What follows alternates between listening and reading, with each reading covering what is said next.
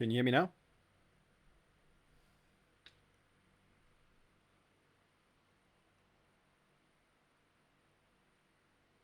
What's going on, dude? Good on you, bro. How's your back? Are you back to normal? When are you going to come hell diving?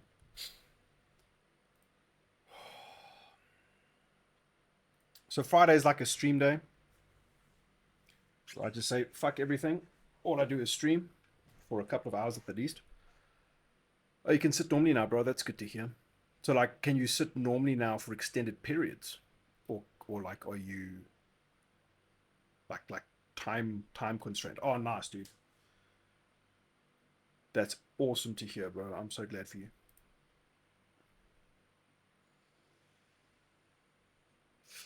Yeah, I just wanted to like test audio stuff and just do a normal. I try and stream every Fridays, but that's a terrible time to stream. It is not. South African mornings are not a great time to stream at all, but I think it's a good way to just build the experience up and get back into it, dude. Because I haven't streamed consistently for a while now. Hell yeah, dude! Even if you want to play this weekend, dude, we can drop in and shit, dude. The game is so much fun, bro. And there's like always this crazy shit going on, and like it honestly does feel like the galaxy is like evolving and stuff. So I'm still hooked after grinding that game. Well, not grinding, but like playing the shit out of that game for so long. It's still so much fun, bro. Um, but yeah, I'm gonna do a reactception. Yeah, the advice is always act like you have an audience. Yeah, dude, exactly, bro. Um, and also, I mean, Star Citizens. I haven't been making or doing Star Citizen things, right? And I've cultivated a Star Citizen audience, so it's one of those things, bro. But I think it's really just about getting more comfortable streaming, right? Just getting those hours in and like making it become more like second nature, right? Because as soon as this fucking dude, you must go and watch Asmongold's video when he rants about people reacting to him playing Dragon's Dogma 1 for the first time. And he talks about how his brain is like a pizza, bro. And like the game gets 2 slices and everything else gets, 6 slices or whatever. So, it's really just about building the experience. But yo, I'm gonna watch this shit.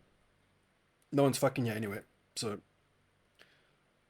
yeah, the other streamers that I watch, no, not more worse when they started, and now they're so comfortable. Yeah, dude, it's really just about grinding those hours, dude. And like the thing is, as soon as there's technical issues, my brain fucking just deflates, dude. It becomes an aerodynamic sphere to mush in like 3 seconds as soon as there's issues. Because I don't feel like fucking troubleshooting shit live on stream, dude. And then people start making fun of you and they're like, oh, you're so stupid, you can't. I mean, I don't really care, but it's like, it just diverts your attention in all the wrong ways. It's like doing tech support. Imagine back in the day when you worked at that telecom place, bro, and like the boss was always over your shoulder. Fix it. Do it now. Just fix it. Fix it. You fuck. I've tinkered with a lot of my audio settings. I'm trying to get like a 1-to-1 ratio for audio and for what I hear and for what the stream should hear and all that kind of shit because my audio has been so fucked lately. So I've tinkered with a whole bunch of settings. I've done some tests and it should be 1-to-1 now. So I'd appreciate it if you could just tell me what this sounds like. I'm gonna react because Salty Mike's like, he's the reactor man. I'm gonna react to Salty Mike reacting to the letter from the chairman because I don't feel like reading. I'm tired. What's up, Gas Cooper? How you, dude? Sounds good so far. At least the voice. Okay, well, I'm gonna watch this. Okay, well, today was a surprise. Shut the fuck up, Salty Mike. Holy shit. I want to watch this because Star Citizens can't read, and apparently Salty Mike can. So is he really a Star Citizen, bro? Let's be fucking real. Okay, well, today was a surprise. We got a letter from the chairman, which is really the only. So now that sounds good to me. Can you hear YouTube? Like appropriately. Time we hear from Chris Roberts outside of CitizenCon, and it has some really. Oh wow, he made like a proper video. I thought he was just reading the point thing. Out. We have some small squadron news, but we have some pretty big Star Citizen news, as well as some things to speculate on. As always, you should read this thing on your own. I read it 3 times now, and each time I feel like I find a little bit of something I may have missed. I'm not going to read it on my own. My cliff notes out, and what I think is the most interesting thing here for you guys. But again, you may find other things that he talks about more interesting. So when you have the time, it's a decent read. Oh, fuck's sakes, dude. What's up, Tony Fresh? How you doing, bro? Thought everyone quit until 0.23 patch. Yeah, dude. I mean, so later tonight, later today, or like when America's at least awake, there might be a very good reason to log into the game, which I intend on doing and probably streaming a little bit later today. But yeah, it's been with Helldivers and fucking the new patch on the way, bro. It's like, man, who you can only pirate so many fucking reclaimers, bro, until you need something more to do. And that, dude, that's actually what I'm making the next video about, bro, is the quantum interdiction might not be effective, or it might not they've basically said it has no thought put into it with the new master modes coming in the next patch, bro. So my next Voidy vid is going to be all about that, bro. I've like asked people from the community to like drop their 2 cents. It might just be a miscommunication thing, and I don't want to get things terribly wrong, so I'm going to just see how things develop over this weekend and probably push the video out on Sunday. Did you test the jump gates in Evo? I'm not an Evo Cardi, bro. I'm not an Evo Cardi. I do not spend nearly enough time on the issue council to get that shit to get that kind of treatment. Oh Christ, all I do is pirating and you're telling me to... Tony, bro, I'm so sorry to be the bearer of the bad news, dude, but it was basically mentioned in passing on the Star Citizen Live from a couple of, like maybe 2 weeks ago now, a week ago now. Because if you think about it, and I mean, there's a few assumptions going on. I still haven't painted the full picture, even though I want to make a video on it. I'm still like in the research phase to just make sure I get all my facts straight. But basically, what they said is they haven't really done anything with regards to quantum interdiction, right? So if you think about it, nav modes is going to allow ships to travel at the current 3.22 cruise speeds, but then all your shit is disabled. So if you're in a Mantis, you're going to be locked to SCM speeds when you enable your QED drive. So you're not going to be able to catch anything because they're going to be in nav mode going, over 1,000 kilometers meters per second, right? So it's like, you'll still be able to set up traps, I think, but if you can't force a ship out of nav mode, how does quantum interdiction even work? Do you know what I'm saying? So it's like piracy might be dead for the entire patch, and I mean this is a sentiment echoed by a lot of guys in the community. Actually, that's a great idea. Is we should do, let's do this. I should actually read this properly. Let's find it quickly. I cannot see shit on this fucking monitor, man. I'm going fucking blind. There we go. Agents 80.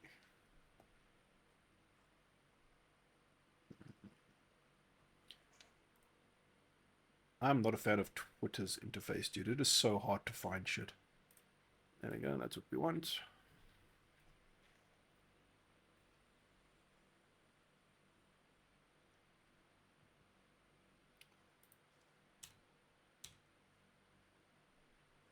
Cool. So Agent says, thanks for time to answer the question. I'm sure you're aware there's a lot of frustration in the answer you gave with regards to QED and 3.23. I got the impression that you misconstrued my question with QED affecting the upcoming reworked quantum travel, whereas I and many others are interested in how QED affects ships in nav mode with master modes being introduced into PU 3.23. It's a massive thing, right? It's like, are blues and mantises going to be completely ineffective, right? Dead Frag, what's up? Just need to be more creative. So I agree with you, dude, and that's why I love Star Citizen, is because there's so many ways to be creative, right? I mean, this is why I started my fucking YouTube channels, because Jumptown ran. They didn't say anything about the mission. It was just go get maize. But you could literally walk into people's ships, steal the maize, like because of the physicalized nature of the game, which we still, I mean, I think we take the shit for granted these days. It's still an insanely incredible technological achievement that we can do what we do in the game today.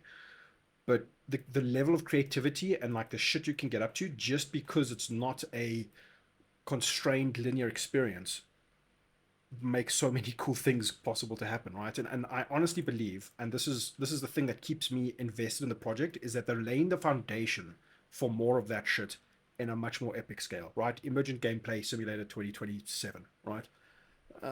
When I die, I'm gonna ask Chris Roberts to be at my funeral and lower my casket into the ground so he can let me down one last time. Tony, I'm gonna steal that line. I'm gonna consider that your statement. So I did ask the community, if you guys have a statement on this, bro, let me know, because I'm taking people, content creators, normal guys, people from the Voidy Vids community, the best community in Star Citizen, in sarcastic air quotes, to get their opinions, right? To just get like a statement on how they feel about this, because it feels like this is the first time that something's been truly taken away from us, right? And I might be fetching the monkey behind the mountain, like way too soon, but the start of like every epic space adventure, or most epic space adventures, begins with a quantum interdiction, bro. So if that's not possible, I don't know what I'm gonna do, bro. Full-time Helldivers content creation, let's go. But there's some stuff to look forward to tonight. Hey, Oztech, thank you for the sub, voiDude bro. in chat. Great to see you, brother. You too, 07. brother. How you doing, dude? What time it is in Australia, bro? So I'm stealing Tony Fresh's little joke there, bro. I'm gonna reference you. I'm gonna say that this is your statement from for the video. Got him. Okay, back to Agent Letty's Spectrum post. The concern that many others have is that ships we want to interdict can stay in nav mode, and any QED-enabled ship will not have the effect on the ship's ability to escape. The thing is, information on how QED interacts with a ship in nav mode was released last year in a previous SEL. Damn, this dude knows his shit. However, the information was nested in a question that didn't ask for that information. Okay. Are these timestamped? Yes, they are. Will QEDs block a ship from switching into nav mode? Switching into nav mode, no, but it will block the positive effects from being in nav mode. So if you are on a QED device, you will not enjoy nav mode speeds, but you will enjoy the lack of shields. So yeah, that's like you can always You will switch wait. them. Okay, is this still relevant? Yes, you will not enjoy nav mode speeds, but you will enjoy the lack of shields. I mean, that could work. QED won't work is okay, just need them to work on it at a pace to improve the base combat. So I mean, this is a thing that I was even thinking of making a video about like ages ago when I felt more strongly about the subject. But like, even without, if you just take QED out of the picture completely, every time two ships interact, there should be a bit of cat and mouse gameplay between the two ships, right? If I'm cruising around in a Corsair and I stumble upon a Constellation, I should be able to, he should be able to have a series of meaningful gameplay decisions to make based on what he wants to accomplish. And I should have a series of meaningful gameplay decisions to make based on what I want to accomplish, right? So if I want to pirate him, or disable him, or board him, or attack him, or destroy him, or whatever, I should have options. And he should have options. Rock, paper, scissors, cat and mouse. Yeah, I mean, maybe the cat and mouse is like a subset of that, right? So if you choose rock and he chooses paper and you fight it out, not too, it shouldn't be too much of a hard counter, right? But like, if I decide, cool, I want to disable you and board you, and we begin the fight, he then says, okay, this guy's fucking, he's coming at me hard, bro. Like what are my options? As the Constellation, what are my options? Cool, I've got my crew, engineering gameplays in the game. Let's do full on like tank the encounter with our shields until we can. I mean, this is counterintuitive to the way Master Modes works, but let us play the tank game, tank all this damage until we can spool up the QED and bounce, right? Not just instantly disappear. This is a terrible example because I don't think this is how it's going to work. Or, cool, let's go to evasive maneuvers. Let's try and disengage or whatever. But like, it should be a case of like, you know how when you receive fire, your capacitors can struggle to recharge your shields, right? So you can eternally disable somebody's shields if you land hits while their capacitors are trying to recharge those shields. Why not make that work for your QED, your thrusters, your whatever it is, right?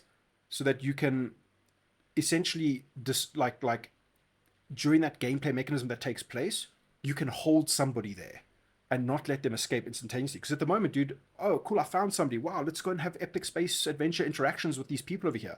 Look, up, they QED'd. They quantum jumped. It's like, nobody's ever going to interact with each other if everybody just has the ability to disappear instantaneously, right?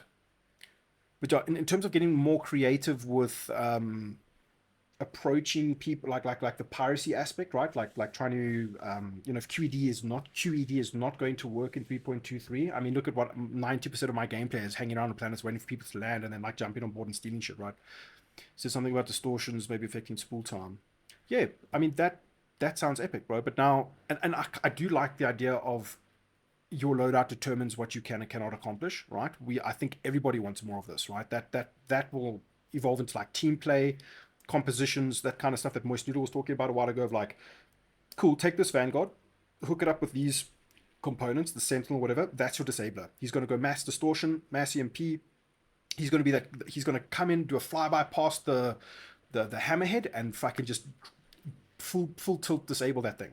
Then our fighters come in and they stand a chance, right? And then the capital ship comes in and he can deal with the hammerhead while the fighters disperse and get through the block, like this kind of stuff. I think that's what they're trying to aim for. I mean, I've got no issue with this stuff. I will always be happy to just play within the rule set of the game. I just feel that the QED issue for 3.23 bears some kind of response, right? For all the pirates, all the guys who enjoy this type of gameplay, if it's going to be ineffective or useless in the next patch, something has to be said at the least, right? So yeah, that's like you can always switch the modes, but the effects are the ones that will be inhibited. Interesting. If you're getting attacked or you're in nav mode, you'll have an incentive to swap. See, I like that. That already sounds like cool. I got the jump on you. You're in nav mode. I'm in SEM mode. If you're attacked while you're in nav mode, you will have the incentive to swap. So is it going to be a case of like me disabling you before you jump away, or reach speeds that, but I mean, if the acceleration is so insane as it is, there's zero chance that any ship in SEM mode will ever do anything to a ship that's in nav mode. That nav mode ship will just put distance between you as if nothing matters.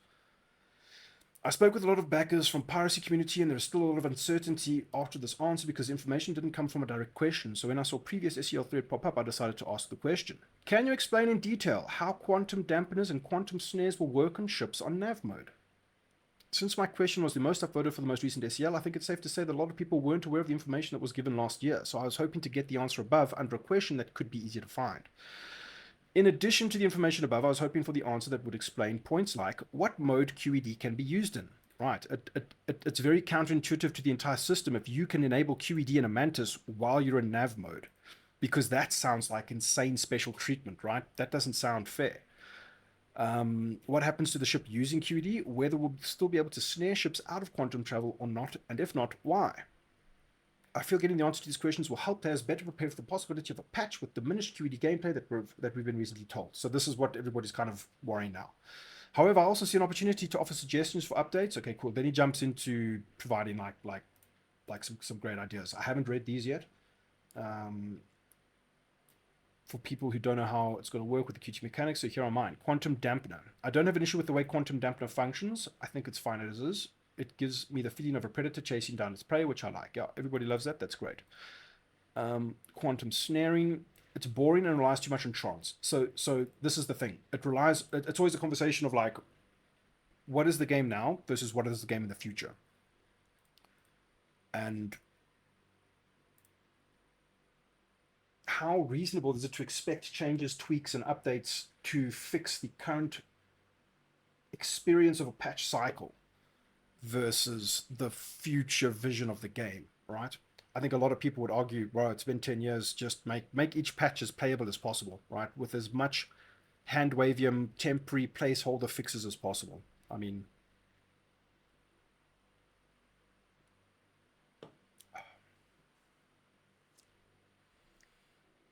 yeah, this is exactly what I was going to say. So, like, in a later version of Star Citizen, where you have where you know where there are trade routes, you can just go set up a snare there and have, then the evolution of like things will take place. Cool. Now, let's say the Quanta stuff is in there. It's like, cool, we've been hitting this trade lane for a while. A couple of guys have gotten hit. Cool. Now there's an increase in supply and demand of whatever's being pirated. So other things start activating and becoming more viable for traders.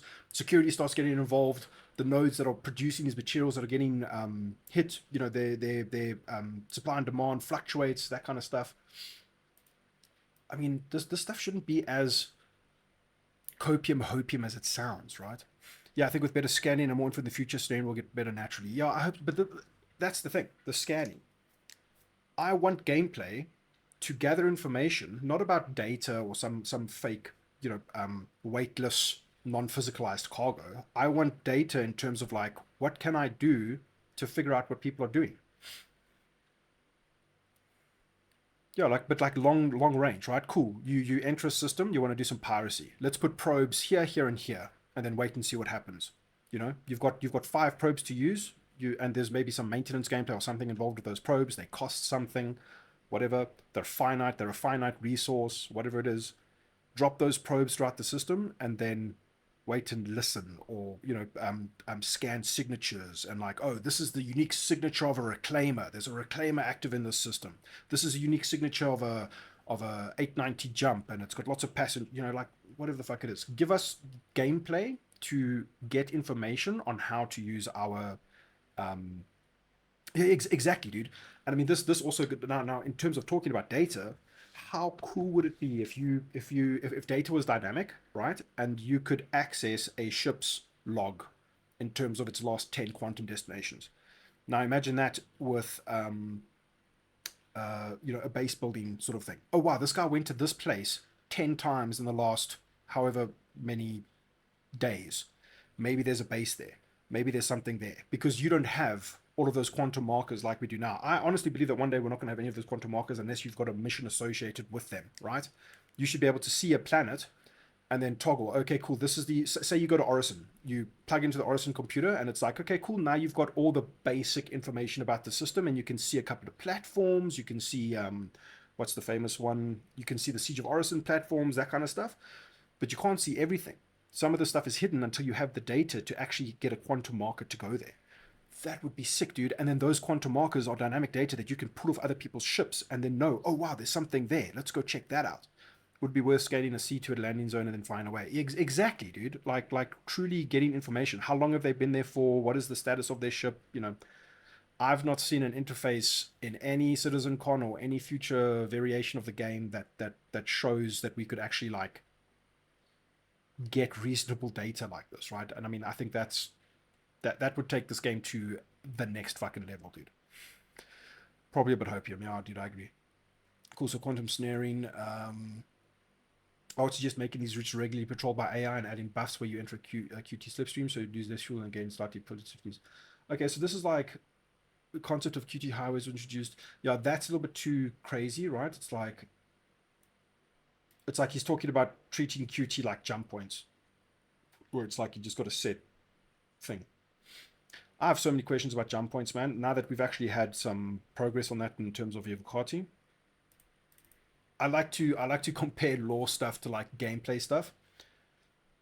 If all the systems on the star map are connected via jump gates and jump points, how would anybody ever invade a system if it's such a tight choke point, right? It's like how did Van Doel invade the Vega system if there's one location they could have possibly come from? Unless they've got a different way of traveling, which would be sick as fuck. That would be cool. I prefer something to see quantum tackling with the content is the same as describes. You find a ship that is in QT and then you tackle it out of QT. That would be sick. Okay, these are like very, very crazy ideas and stuff like that. But like it all kind of goes to that same concept of like what is happening with 3.2. Player usable QED mechanics have been around since 2019 and have been relatively stable in comparison to other mechanics. So I'm optimistic that the systemic design of current quantum travel and quantum enforcement mechanics will retain functionality until CIG introduces the new quantum travel mechanics.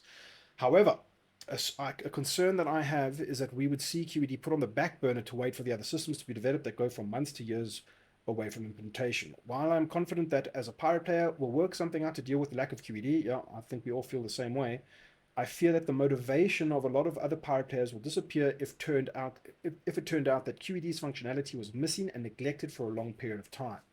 It would be disappointing to see a regression in emergent gameplay because QED isn't considered important enough to retain its current functionality when Master Modes is released into the PU in 3.23. I hope that CIG takes that into consideration. Yeah, Agents is great, dude. Do you know what the funny, ironic, crazy thing about the Star Wars community is that most of the pirates are genuinely the nicest fucking people on earth. Like, genuinely nice people. Look at Cutlet, look at Xperia, look at Agents. I mean, like, there are so many incredible guys. They play the shit out of the game, and they're actually experiencing both ends of the spectrum, right? Like, what is it like to because when you pirate somebody, you're essentially using most of the game systems that isn't just like, oh cool, go hold a button and harvest something or whatever, or like fly around and look at your ship. It's probably hope you capital ships, maybe those can jump without jump gates. No, I mean, in terms of like the law and stuff like that, like even your biggest like Bengal carriers, they still need to go through jump gates. What I'm saying is like maybe the Vanduul, maybe they invade systems using different means that we're not familiar with. Maybe that's what Squadron 42 is about. I don't think they'll remove it for 3.23, but it'll be less effective until they figure it out. Yeah, I'm pretty sure that's where we're sitting right now.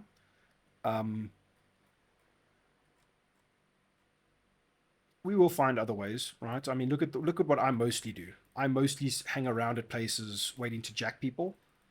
So there'll probably be more of that. But I mean, you know, and the distribution centers. I mean, I'm pretty sure that 3.23 will have enough gameplay and enough excitement to keep us going for a while. But it really stings that a staple of the game is getting a little bit neutered, right? It feels like something's been taken away instead of added to this patch for most of us who enjoy this type of gameplay, and that stings, bro. It really does sting. So, yeah, I'm gonna make a video about this and poke fun at it and do all that good stuff. But yeah.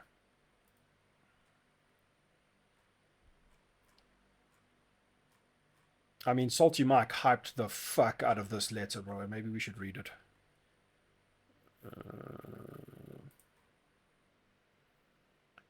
We'll read it, then we'll jump into the verse, and if the verse is dead, we'll do some hell diving. I think that's the plan. That's the plan.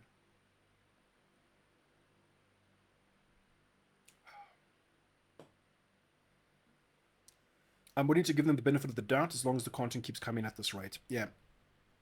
I mean, when do you honestly expect 3.23 to be nearing the end of PTU and going live? End of April? End of March? I don't think March is a not March, sorry. I don't think the beginning of April is a possibility because we're already like 2 weeks away from the 1st of April and there's no sign of a PTU. So March, April, May. I think May's better than June. Yeah. Oh, yeah. What we do now echoes in eternity. Marcus Aurelius. Guys at my old work used to call me Marcus Aurelius because my name's Mark. 2023 marked the beginning of a transformative chapter for Cloud Imperium and both of our games. With Alpha 3.18, our first release of 2023, the team delivered persistent entity streaming, the foundational tech that is necessary for server meshing. As we mentioned in the last letter, PES is the hardest part of the work needed for server meshing. That's really good to hear. Because like the way I've always perceived it is like PES would be the first thing to come in and just like wreck fucking servers, destroy your experience, make the game unplayable, you know, really, because I mean that release was so rough, right? 3.18 onwards, it was like holy shit. And look at us now, dude. We're stable, we're playing probably longer, harder, faster than ever before. ILW? What is ILW, Orstek? Oh wait, when is the next big event? True, dude. You've always gotta look at the marketing schedule to really figure out when shit's gonna happen. I wonder if they'll bring it out. ILW, Invictus Launch Week, yes. I wonder if they'll bring it out for ILW. Yeah. I mean, hey, if that happens, it is what it is. So yeah, I've always thought of persistent entity streaming as one of two big things that is going to really fuck up the ability to just play the game, right? And server meshing is going to be the next thing. That might not fuck things up, it might make things better, but I think it'll get rougher before it gets better, right? And I did see there was a comment that there's going to be a lot more tests servers down to location scale, moon scale, servers just dynamically spinning up and being tested. That's what it's all fucking about, dude. That's so good, dude. I can't wait. So one that required the most engineering. Overcoming these challenges with the release last year was mission critical. The launch of 3.18 was far more challenging than we anticipated, and it's going to be the same going forward, dude. And we discovered some issues with our backend databases that were only viable at the scale we see in a live release as opposed to persistent test universe. So that's with that third-party software that they were using. The stuff just wouldn't scale, right? I can't really remember. Outside of this, we uncovered a lot of little issues that came from a truly persistent universe. While it is amazing to come across a wreck from a player combat a week ago, it's not so fun to try and land at a hangar where at least 3 ships crashed and left a debris line around blocking your landing pad. Yep. We slowly worked through these issues and others, but it was a challenging time both for the development team and community. These obstacles not only tested our skills and determination, but also demonstrated our resilience as we overcame them. Cool. Yeah, I mean, everybody bitched about 3.18's release. I was happy as a pig in shit, dude. I mean, the last few PT, because that was the first PTU that I played the fuck out of. I restarted on Orison for every build and went out to explore because it was such a drastic shift from what we had been doing before. Growing pains, I have a feeling 3.23 is going to be a rough one. What in 3.23 do you think is so traumatic that it's going to be rough? I don't think there's any massively underlying tech stuff, right? I think it's when we start seeing anything meshing related start to come into the, oh, your account was bricked. Well, dude, then you've got all the fucking reason to bitch, dude. Because, I mean, that is truly tragic because when that happens to you, they're like, oh, sorry, wait till the next patch. There's nothing we can do. Which is just, I mean, I think it's unacceptable, but fuck, what can you do? Beyond PES 2023 welcomed the long-awaited information of salvage, encompassing hull stripping, blah, blah, blah, blah, blah. We know all this. Traders reaped... Well, I nearly said another word. Traders reaped the benefits of an overhauled, no pun intended, and physicalized cargo system, while players across the board enjoyed many new missions, spamming both PvE and PvE scenarios. Yep. Our development journey reached a series of... I mean, dude, this implementation of salvage, the actual structural component stuff... Oh, wait, no, I'm thinking of something else. I'm thinking of the actual current construction material stuff. It just wrecked the economy, dude. It made the game so boring for so many people. The account brick was rough. Otherwise, I love 3.18 until XC rolled out, yeah. I haven't done Xenothreat in a while, bro. There's, it's going to be worth tuning in a little bit later today, boys. Let's just say that. Our development journey reached a series of significant milestones last year, all of which took center stage at CitizenCon 2953. The magnitude of this event for everyone at CIG cannot be overstated, especially considering it marked out our first in-person CitizenCon in over 4 years. We have been powered by all of your excitement since the very beginning of the journey, and we've missed the energy that comes from spending time together sharing our mutual excitement about what we're building. The show was an incredible affirmation of all our hard work, both on Star Citizen and Squadron 42 in 2023, and kicked off our best Q4 ever in terms of player logins and engagements. Thanks to all of you, and a huge wave in Q4 2023 was our best year ever, with record highs in daily active players, monthly active players, unique logins, and hours played for the year. More than 1.1 billion of you set foot into the persistent universe in 2023. I wish we could have more public access to these stats, like a Steam chart, you know what I mean? And just see when are servers peaking, what is the averages, what are the lows, what are the highs. I would love if that information was made public. Yeah, the other garbage in hangars, I loved all the dead ships everywhere. Yeah, dude. And it seems like they've definitely tweaked this, right? I think they were trying to find their internal highs and lows for how far they could push the current state of servers, right? Because now, I mean, I was trying to record footage of a Corsair filled with railguns for a video. And I just dropped so many railguns into my Corsair, and eventually they started disappearing. So they've definitely tweaked the, you know, it's like if you load up a game and it's like, cool, your decals, how long should your decals hang around for? You know, you're chowing memory by having all these things load up, all these dynamic effects load up in your game.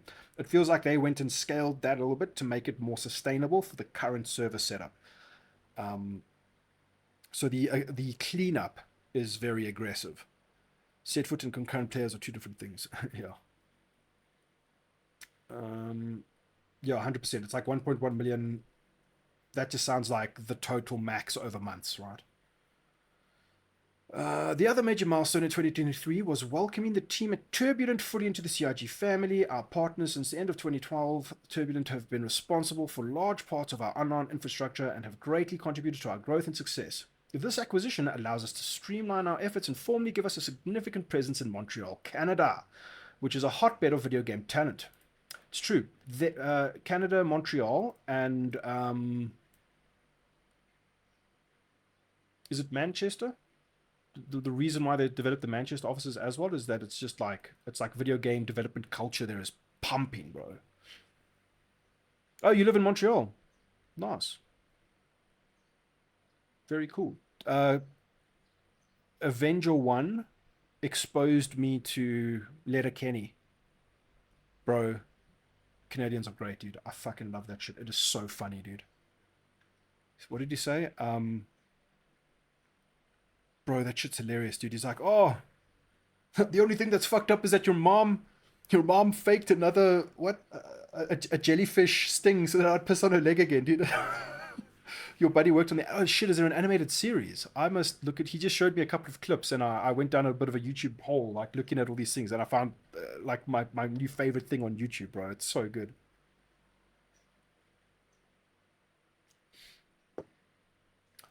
I'll check out the show as well, dude. I wouldn't know where to watch that here, like properly. Oh yeah.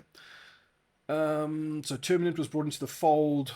We gained best of video. Okay. As part of this acquisition, we gained two key senior executives. Oh, Benoit, and he was the chief technical officer of Turbulent. And now become, dude. You know, Benoit's so cool, dude. Look at this, bro. Look at this shit, bro. No, not that.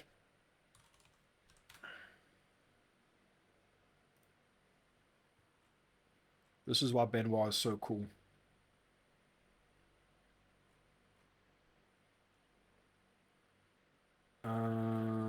Was it this one?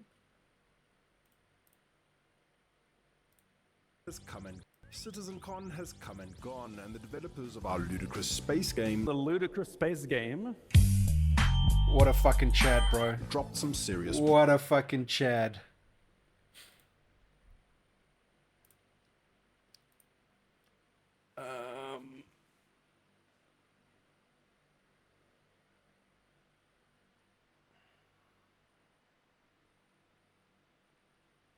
Fuck, I lost my place. Chief Technical Officer, now become the CTO of Cloud Imperium and the head of our core technology group. Yeah, the brutal honesty is a great thing, bro. You already will know Benoit from his presentations on our server mission plans in the last two CitizenCons. The second key executive, that was Benoit, right? Ranks as Mark Baudet, who was the CEO of Turbulence and becomes our senior vice president, studio operations, in charge of the operations, welfare of thousands plus working in Star Citizen Squadron 42, split between our 5 officers. Cool. That's all great. As I look back on 2023, a few months now to reflect, appreciate the hard work of the team around me, I can say I experienced the CitizenCon and the excitement from the community, both at the show. I'm just going to let's do this, bro, because there's a lot of it's cool to get a letter from the chairman, but I want to get to the meat. As I logged through Star Citizen record numbers last year, left me feeling not only proud but also deeply grateful and reinvigorated for the year ahead. I need some reinvigoration, bro. I'm not going to lie. What is this? You're in review. Okay.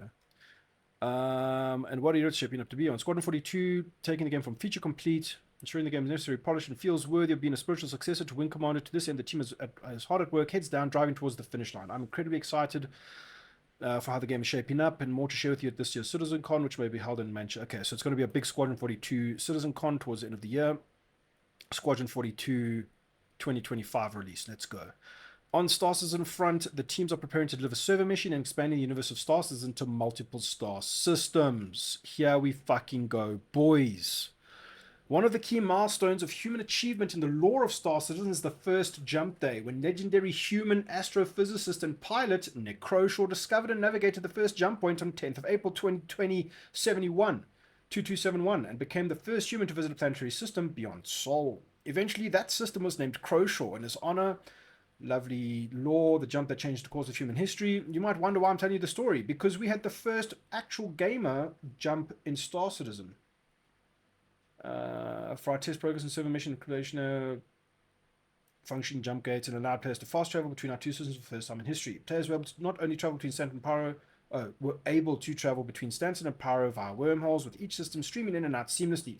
For those of you interested, our versus own Necroshaw honor goes to Evocati member named Mr. Trash, who we believe was the first in the community to successfully jump. Dude, that's so fucking cool. During the test, it's worth highlighting that we also achieved 350 concurrent players in a single shard with 2 connected servers. So is that 350 split between 2 systems? Is that over Pyro and Stanton, or was that 350 in Pyro and or 350 in Stanton? The dude writing lore must have a fun job. Oh yeah, dude. I think it's actually terrifying, dude. I remember watching a lore post by, I can't remember their names, man. I apologize. But I remember reading a lore thing where they had to do like a whole bunch of retconning. And he said it was terrifying. Like, because they established stuff. And I mean, these guys, like, I've run some like 1D&D campaign in the past where I tried to do some actual world building and like get consistency in my campaign and do all this stuff. And I mean, this guy's doing this for an entire gaming universe that is like backed by millions of people.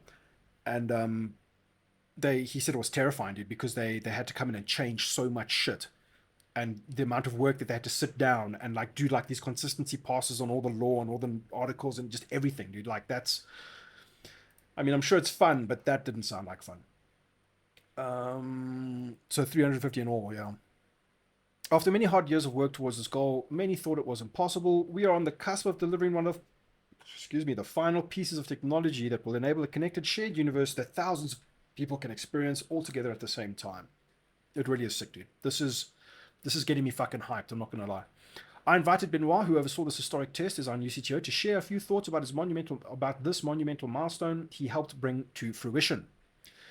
As the new Chief Technology Officer at Cloud Imperium, I'm thrilled to join the CIG family and lead our technology group. We're dedicated to pushing boundaries, and I'm honored to represent and care for this team of pioneers and trailblazers. One of my first initiatives as CTO was establishing the Technology Preview Channel. It's a space where developers can fearlessly test large technology change with players way before they go live, fostering the spirit of open development with our community. In 2024, our server mission journey is hitting its stride after years of dedication. We're closing in on the original vision we set out to achieve. This journey started long ago with the introduction of streaming capabilities to Star Engine, like client-side object container streaming, followed by server-side object container streaming, and progressing to the persistent entity streaming to maintain the entire game world. Every step has been building toward our goal to support MMO-level player populations in a high-fidelity game environment of large magnitude. I cannot wait to see what the upper limits of this are towards the end, hopefully towards the end of this year, man. Like, what is actually feasible once we get to the dynamic stuff? How many Idrises could you have? How big a fleet battle could you have with players? Could we have 4 Bengal carriers, 5 Idrises, 3 Persei, 9 Polarisi, all fucking battling it out with innumerable light fighters going around that? I think I'll cry when I sit at a landing zone and can watch tens of people coming and going. Good morning, my favorite South African. What's up, my favorite Taco? How's it going, Taco52? Thanks for putting in, bro. Yeah, dude, this is what we've all been waiting for, right? Very cool. We are gearing up to release the replication layer in 3.23. This is a big deal. It's the foundation we build the mesh on. And as a player, you should perceive this specifically when dealing with server crashes, as those will no longer cause immediate disconnection, but gracefully recover, allowing you to continue to play. For developers, this milestone marks the true separation between the simulation and the replication, a humongous achievement for the game and for Star Engine. But hey, we're not hitting pause there. We're charging full steam ahead towards launching our first multi-server mesh in 4.0. For this, multiple servers work together to simulate parts of the universe. As a player, this will enable you to visit Pyro through the jump gate, where the jump tunnels transition seamlessly between game servers.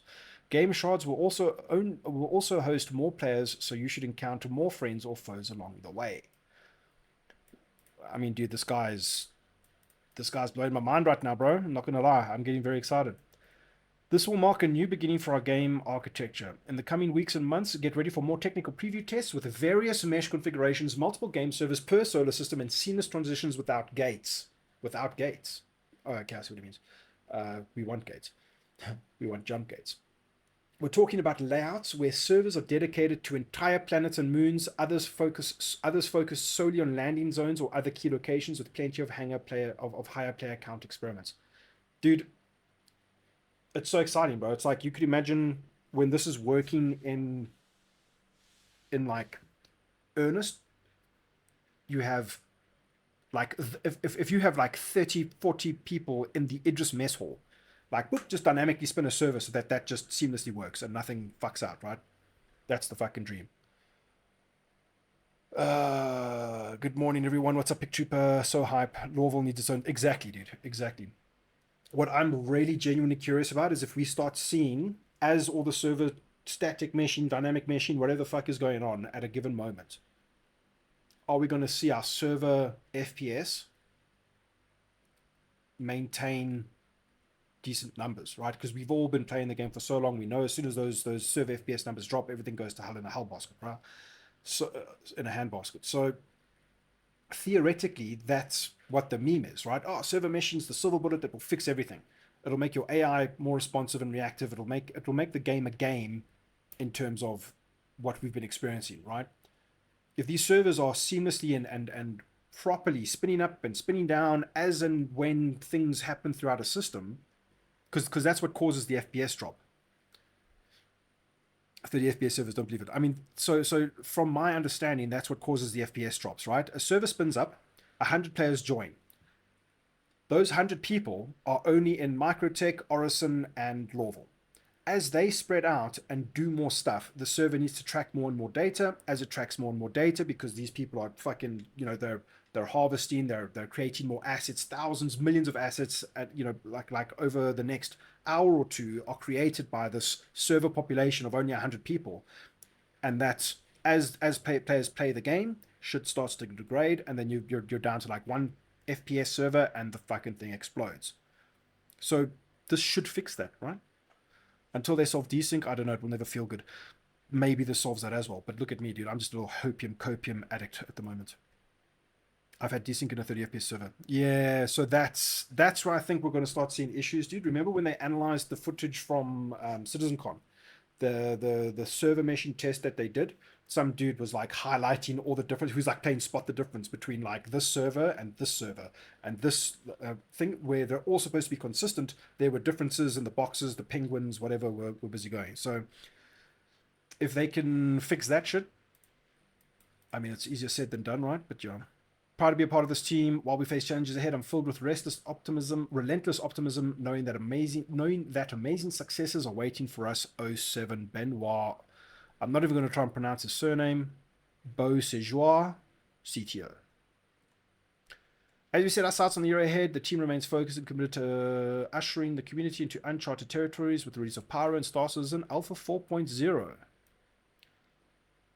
Man, if we can get Pyro by the end of the year, I'll be so happy. I cannot stress how much this is an inflection point, as this will still allow many more people to play together, but also seamlessly travel to different star systems. All of this points towards 2024 being our biggest and best year yet in the universe of Star Citizen. But Star Citizen Alpha 4 is not our final destination, and with that I have more exciting news to share. As we revealed at Citizen with Squadron 42, achieving the feature complete milestone, we are now able to bring features developed for Squadron 42 to the persistent universe at an accelerated rate. Yep, we know this. As part of this, towards the end of last year, we decided to reorganize the Star Citizen and Squadron 42 teams to be more integrated, to facilitate bringing several years worth of feature work and polish to Star Citizen, and finally set our sail out for Star Citizen's own finish line.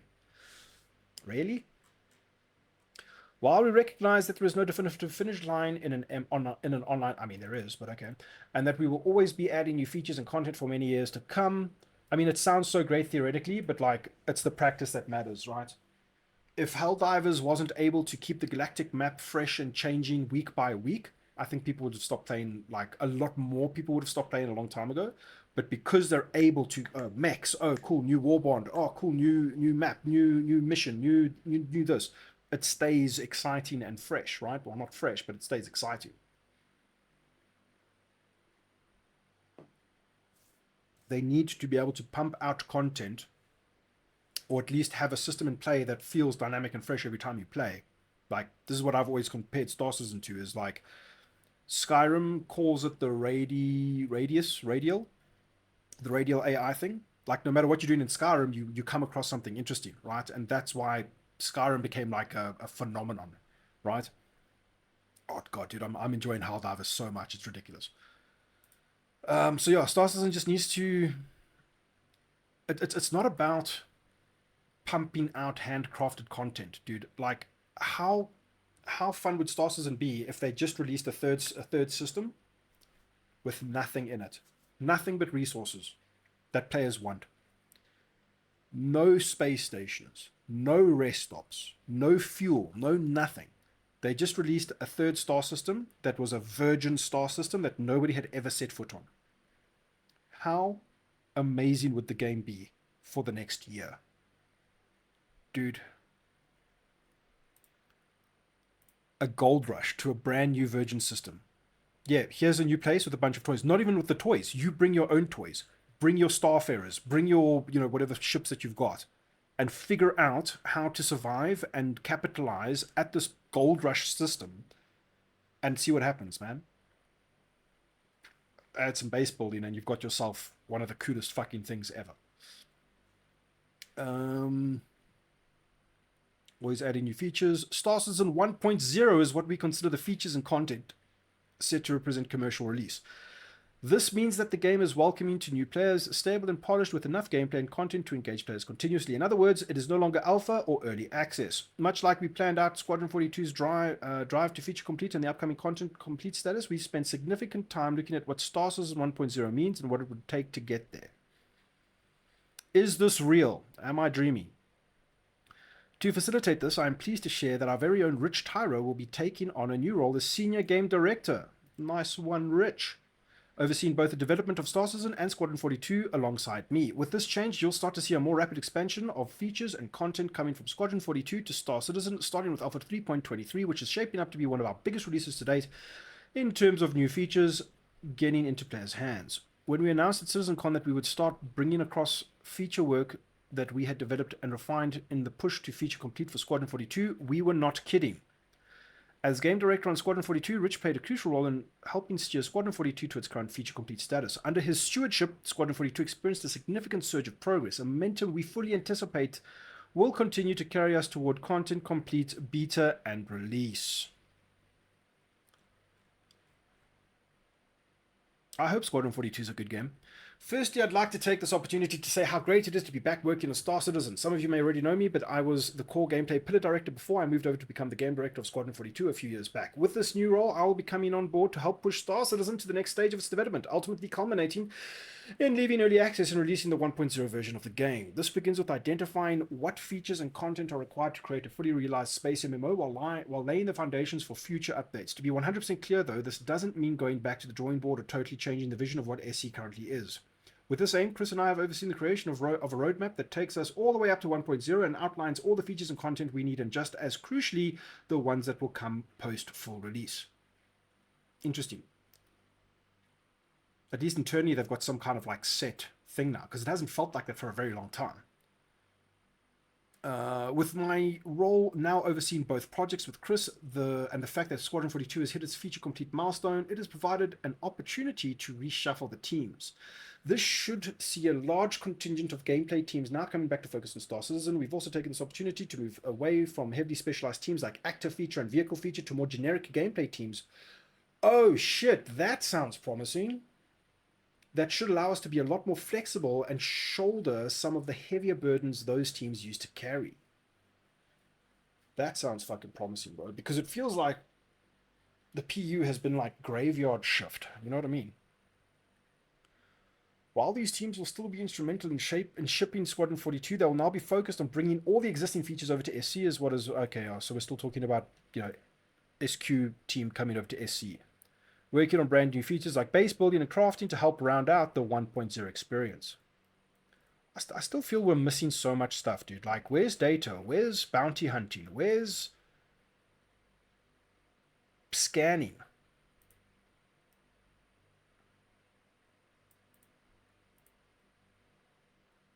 Squadron 42 has to be good, or we are in really big trouble if they. So Squadron 42, gameplay wise, even if it's like I expect a incredibly immersive, fun, living, breathing science fiction space opera, right? The gunplay is going to be the gunplay that we have. The ship combat's going to be the ship combat that we're about to get, right? Hacking, exactly, dude. I think the game is fun. It just depends on how good the AI is. Are there going to be difficulty settings? Can I crank Squadron 42 up to the hardest difficulty setting and have like a really rough time? If so, I'm gonna enjoy it, right? At worst, it's going to be a fun science fiction immersive story like Mass Effect, right? At the worst, it's going to be Mass Effect 2.0 for this generation, right? Or for modern gaming. At best, it'll be Half-Life 2 in space, right? Hello, Mr. Voy, sending up from Kangaroo Land. Cheers, Acrisius. Thanks for putting in, man. How goes the stim? I don't know, bro. When I jump into Helldivers, I'll get stimmed as soon as the Bile Titan like rips my face off. I assume you meant stream. It's going well, bro. I need to catch up on the letter for the chairman. These things, I don't really want to read through the whole thing, but I'm reading through the whole thing because I think there's important information that I need to know as a content creator, especially based on the video that I'm going to make for Sunday or Monday. We'll see how things go. But yeah, it's going swell, dude. We're gonna power through this thing. We're gonna log into the game. I'm gonna see if anything's going down. Yeah, stream. I thought you said, oh, it was stim. Never mind, bro. Okay, cool. That should allow us to be a lot more flexible and shoulder the heavier burdens. While these teams of instruments should be in Squadron 42, they will now be focused on bringing all the existing features of the SC as well as working on brand new features like yeah, okay, cool. With every release going forward, the intention is to move ourselves closer to that end goal. So you should expect to see large updates each quarter with many changes to systems that have not been touched in a long time, like economy and insurance, etc. Oh my god, dude, that is amazing. Alongside a whole suite of quality of life improvements to things like inventory, mission, mobiGlas, etc., coupled with totally brand new features and content. Super duper exciting. Is 3.23 getting the new mobiGlas? Or is it just the star map? I can't remember. We have set very ambitious goals for ourselves internally, both for the game and technology teams, but Chris and I truly believe that they are achievable, and hopefully you can start to see that progress starting with 3.23 and beyond. Thank you, Rich Tyra, Senior Game Director. Cool, we're nearly done. Working in tandem, Rich and I will continue to establish the strategic vision to bring to life the intended Star Citizen gameplay experience. As Rich said, over the past few months, our teams have been busily planning the upcoming major milestones for the persistent universe, culminating in what we refer to as Star Citizen 1.0.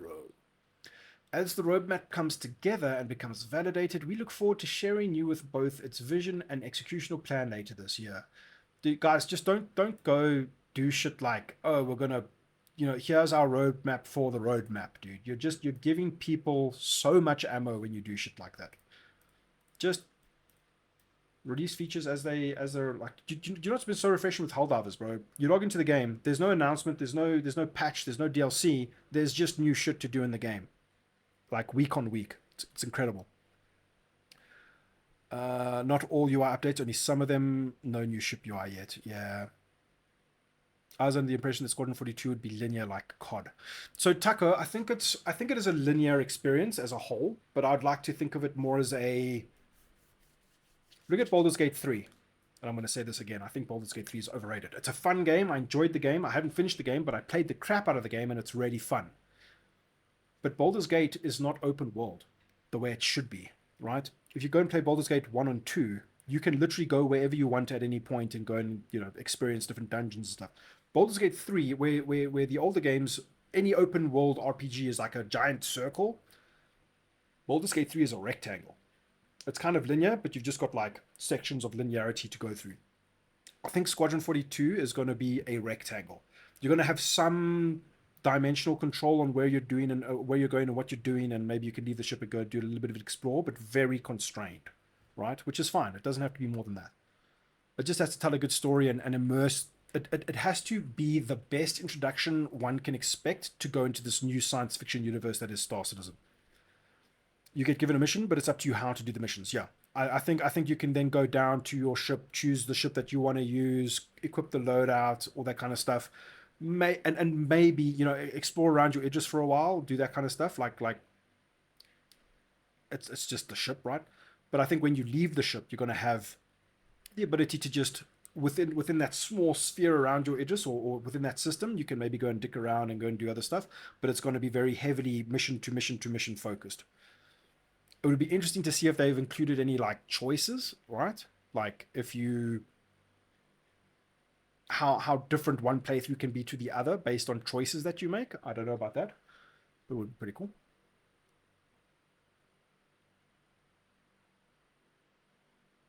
Oh yeah, let's finish off this letter.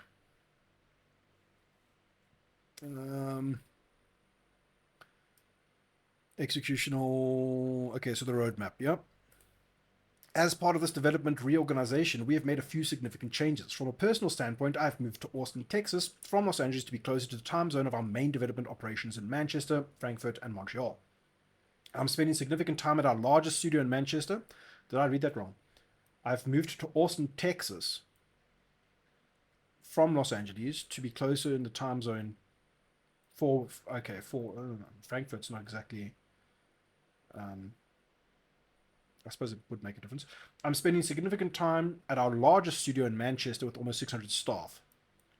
This reads really weird to me. He moved to Austin, but is spending lots of time in Manchester. Okay. With almost 600 staff, as I sit with Rich and the teams working towards completion on Squadron 42 and Star Citizen. As part of this, we made the difficult decision to ask the Los Angeles development team, which had increasingly been providing support for the main development teams based in Manchester, to relocate to join other teams, primarily in Manchester, but also in Austin and Montreal. Los Angeles, while shrinking, will still be an important office for the company, but one focusing on a business support role with marketing, finance, legal, and HR. As part of this we've waved goodbye to the Persistent Universe Live director Todd Pappy, as he had to move back to the US from the UK last year for family reasons, and after much soul searching, I determined that we cannot afford to have this role remote from the main team in Manchester for a good portion of the year. It is a sad moment, as Todd worked diligently for the last 9 years in Star Citizen, making many important contributions and providing excellent leadership of his teams. I wish him the best of luck and look forward to seeing what he does next. 07 Todd Pappy. I will miss the sunny skies and beaches of LA, but Star Citizen and Squadron 42 take precedence. Yes, these games are more important than the sun. The journey is longer and more difficult than I anticipated 11.5 years ago, but the final destination is so much more exciting and fulfilling. I would have never, in my dreams, expected to have the opportunity to build something on the scale and ambition of Star Citizen. And because of this, feel incredibly blessed by all of your support, and I'm determined to finish strong. In a marathon, they say the last mile is the hardest, but to quote the Roman Emperor Marcus Aurelius, what we do now echoes in eternity. I'm looking forward to you getting your hands on Star Citizen Alpha 3.23 soon, where you will finally be able to experience many features we have been hard at work on for the past couple of years, which will then lead into Invictus launch week in May. You guys, 100% correct. 100% correct. Invictus launch week.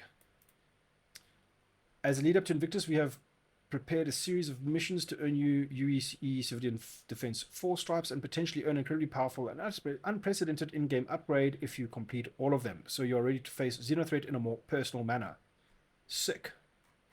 Is that 3 point... as a lead up to Invictus? I wonder how long it's going to run for. The power of community. The driving force behind our success is our extended team, each and every one of you. Together we have built a community that not only plays a crucial role in our development, but also embodies our shared passion for the Star Citizen universe. It is you who has propelled us forward. Without your passion, your willingness to test, to be undeterred by bugs and crashes, to be vocal with your thoughts, and stamina for the long and windy road, there would be no Star Citizen or CIG. Cloud Imperium Griefers. Not joking. You were there for the iconic helmet flip and the opening of the hangar doors for the first time in Alpha 0.8. Together we explored the vast expanse of the Persistent Universe for the first time in Alpha 2.0. And you were on board for the inaugural planetary landing in Alpha 3.0. And soon we'll be leaving the Stanton system as we venture into the lawless wastelands of the Pyro system. I really wish Pyro was actually a lawless wasteland. There are too many fucking rest stops and space stations for it to be truly that. It just feels like Stanton with a different skin. Thanks to server meshing, and beyond this, Star Citizen 1.0 twinkles on the horizon. The future has never been so bright, and I couldn't be happier taking this journey with all of you. Thanks, Chris. I remember when my computer couldn't even run the Hangar module. Hell yeah, dude. I used to run the Hangar module on my old 570 GTX, bro.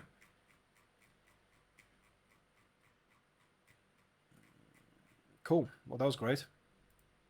What is Salty, sir? We have started out with Squadron news here, and it's not that much, as Chris Roberts basically hinted at the fact that he wanted to give us a date at last year's CitizenCon. So I think we can all assume that what we've been assuming is either they will release the game this holiday, or they drop a release date for the game this holiday with pre-orders.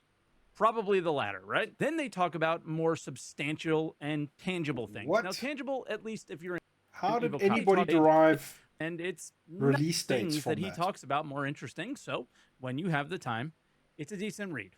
Now, we have started out with Squadron news here, and it's not that much, as Chris Roberts basically hinted at the fact that he wanted to give us a date at last year's CitizenCon. So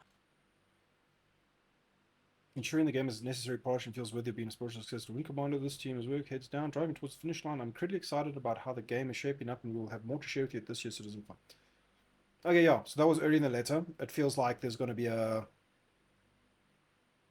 hopefully a 2025 release date, bro. Otherwise, I think we can all assume that what we've been assuming is either they will release the game this holiday, or they drop a release date for the game this holiday with pre-orders. yeah, Probably I think the latter's way more likely. Just a release date, 100%. the latter, right? Then they talk about more substantial and tangible things. Now, tangible, at least if you're in Evocati, which are 4.0 and Star Citizen 1.0. I jumped from Stanton to Pyro and back. It technically worked, and we have a ton of people in the Shard, but they achieved a big milestone here, right? Chris threw it over to Benoit, the CTO of the company, to tell us that they aren't stopping here. They are planning on dedicating entire servers to either a planet or a moon or even a landing zone, so we can have...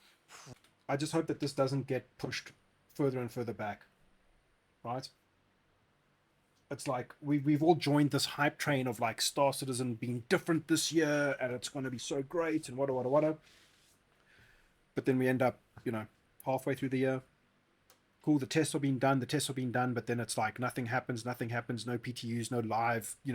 If we could have some kind of public experience that includes server meshing by the end of this year, then I will say that is fucking progress. I'm fucking hyped, right? But if we get to the end of this year and there's still no publicly accessible, tangible developments that you can experience in game, then it's like, what the fuck, right? And if that's the case, make the current game, the current systems, the current features, the current setup, put those placeholder fucking fixes in there and make the game more engaging to play now. That's how I feel. proper player counts and be in an MMO environment in this game. That is a big deal test that they're going to do. This is on the preview channel. This isn't something that's coming in 323 or anything, right? And I think if I could speak for every Star Citizen here, and I think I can in this situation, I hope that these tests go incredibly well. Because if it works, Star Citizen's going to feel like an MMO. We're going to see people coming and going from landing zones like we all have wanted to see, and it'll be great, right? Chris then talks about how they want to handle Star Citizen 1.0, which is the commercial release of the MMO, once they can look like an MMO, right? The same way as they handled... Dude, I hope... This is how I hope things pan out. Squadron 42 acts as the most incredible fucking ad for the PU. Squadron 42 finally comes out. All of these, the mainstream coverage of Star Citizen exposed, because, oh my god, Squadron 42 is actually out. It's got a release date. It's finally here. People play it. There are so many closet sci-fi people out there who love good space games. I mean, look at Mass Effect, bro. Mass Effect blew everybody. Everybody loved that shit, dude. Squadron 42 is going to serve as this intro that is going to hopefully not just be an incredible immersive opera experience like I was talking about earlier, but actually have fun gameplay. Watching the CitizenCon footage of Squadron 42 gave me Half-Life vibes, bro. And I think that is going to tickle so many fucking people. And they're gonna jump on this game, they're gonna play the shit out of it, and then they're gonna realize, oh fuck, there's an MMO alongside this. And I think that's just gonna push the hype. It's gonna push everything, right? I mean, I think this has always been the plan. I think a lot of this is not a unique take, but I honestly think that is going to it's going to make Squadron 42 it's going to make Star Citizen blow the fuck up, and it's going to be great times, man. It's just a question of when.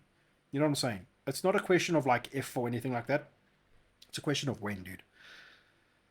Hopefully we're still alive. Getting Squadron 42. Yeah, I mean, near perfect for what it is, right? It's going to be a truly next gen, oh my god, look at how amazing this is so cool, I'm so immersed right now experience. And I think the important thing is it's going to serve as this introduction to the rest of the game, right? Because what the fuck was the point of playing Starfield? With all those cool features in Starfield, even though the game was boring as fuck, it had a lot of cool features. What is the point of those features in a single player game? I like single player games, don't get me wrong, dude. I've played lots of different types of games in my time. I've been playing games since I was 6 years old, bro. I played the first Prince of Persia.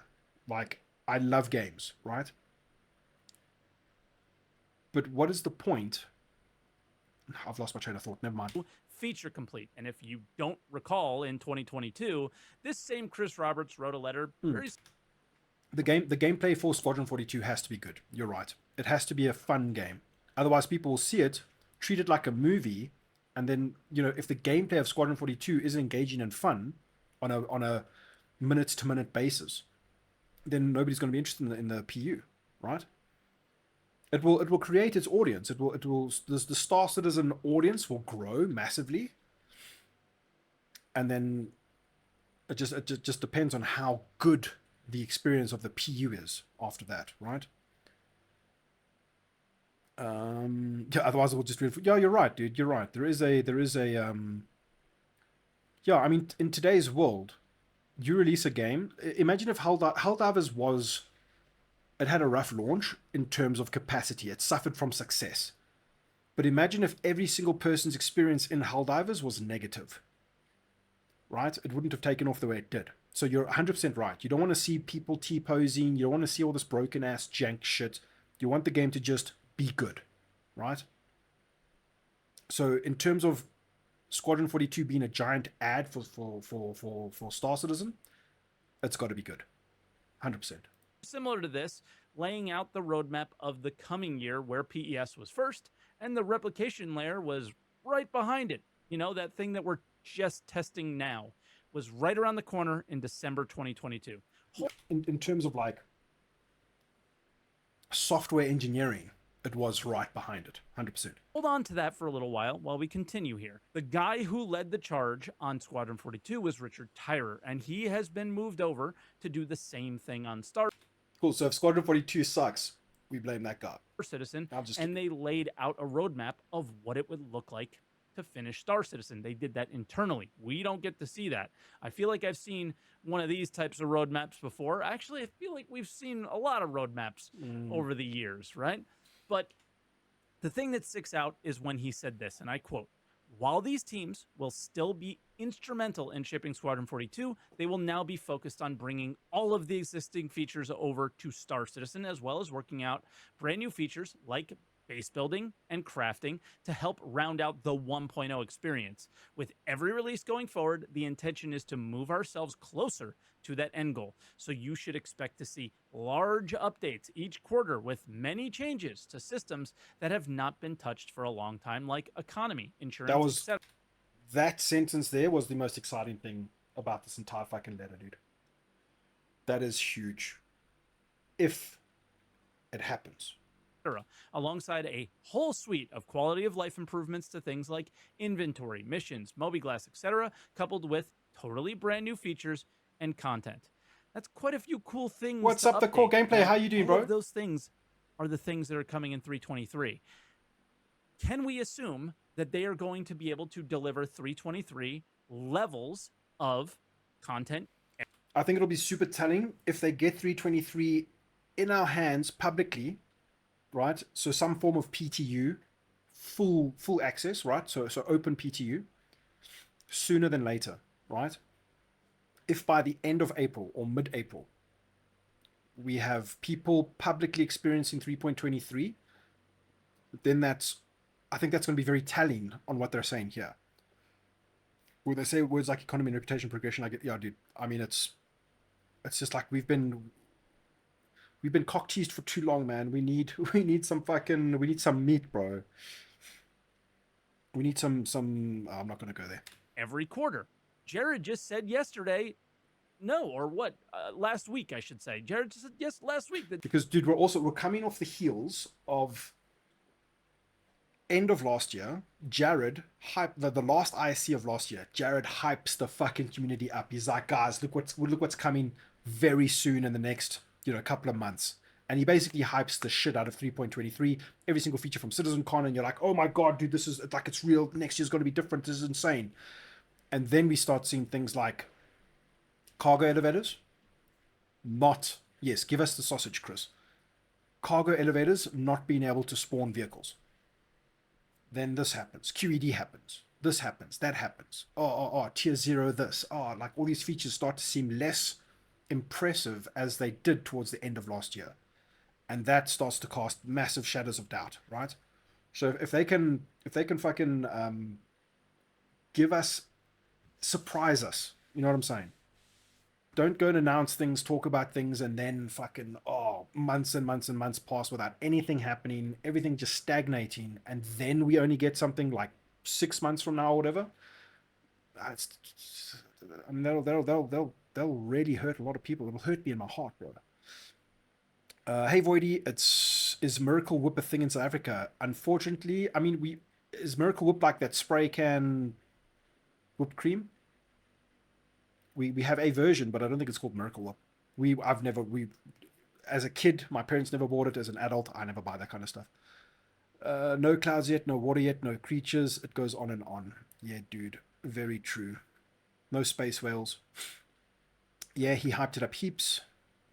I'm great, no load shedding, so can't complain. How are you, brother? Yeah, dude, I mean, we're getting load shat every now and then, but surviving, bro. Surviving is all we can do. Don't hype it up only to back. Yes, dude. Like enough of that shit, right? And it still feels like there's that little spark in the air, and it feels like this year is still going to be different, right? We just need that 3.23 drop to hit, but then the momentum mustn't stop. After that 3.23 drop, we need to keep fucking pumping out new exciting stuff, bro. Ride that hype wave all the way through to 2025 until we're chewing on Squadron 42 with that sausage that Chris is going to give us all. That's what we need. Oh, this patch is like no other. This is normally what we would have in 3 patches.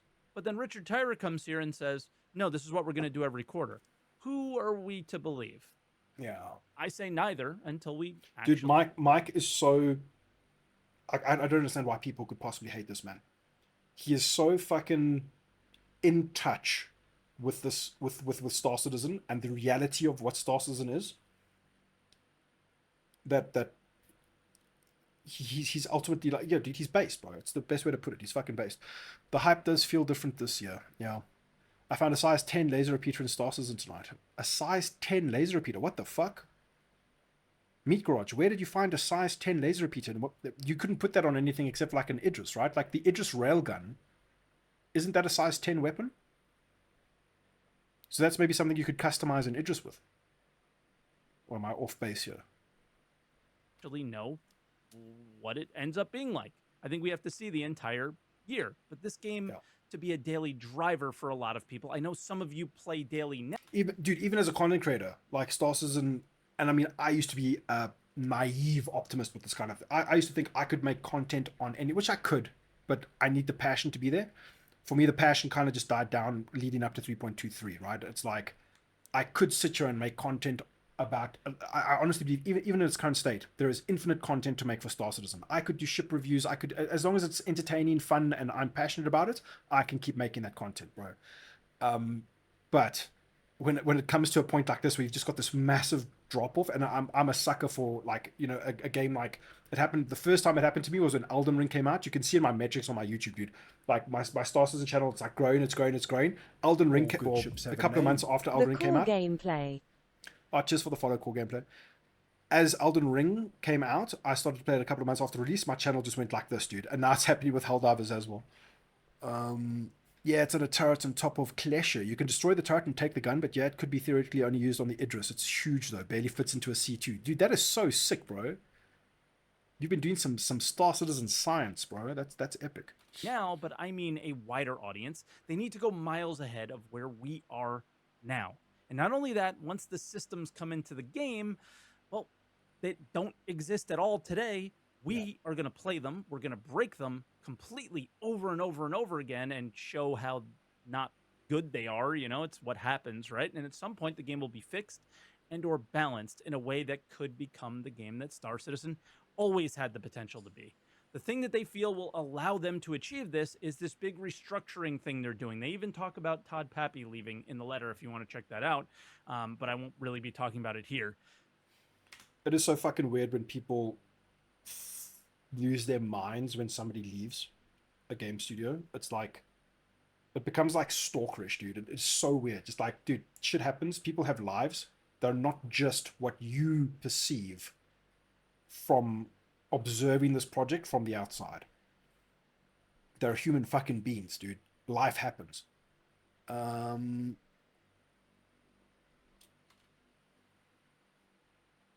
This has also been the reason they have yet to update the progress tracker, which will help us not know how well any of the features we're interested in are progressing until they're on the cards in the actual roadmap, right? Then Chris adds something sneaky in there. I assume he's talking about Overdrive and the new Xeno Threat event, but this potentially sounds like a new mission-based reward or another platinum ticket event of some kind, because the use of potentially earn an incredibly powerful and unprecedented upgrade if I complete all the missions sounds like something they would also love to sell to us as well, which would diminish the reward entirely. I'll say this. Marcus? Richard Tyrer told me and LevelCap during our CitizenCon live stream that he hates pay to win, hates it. And if he's being given the reins as much as they're making it seem, this event would be a nice... The pay to win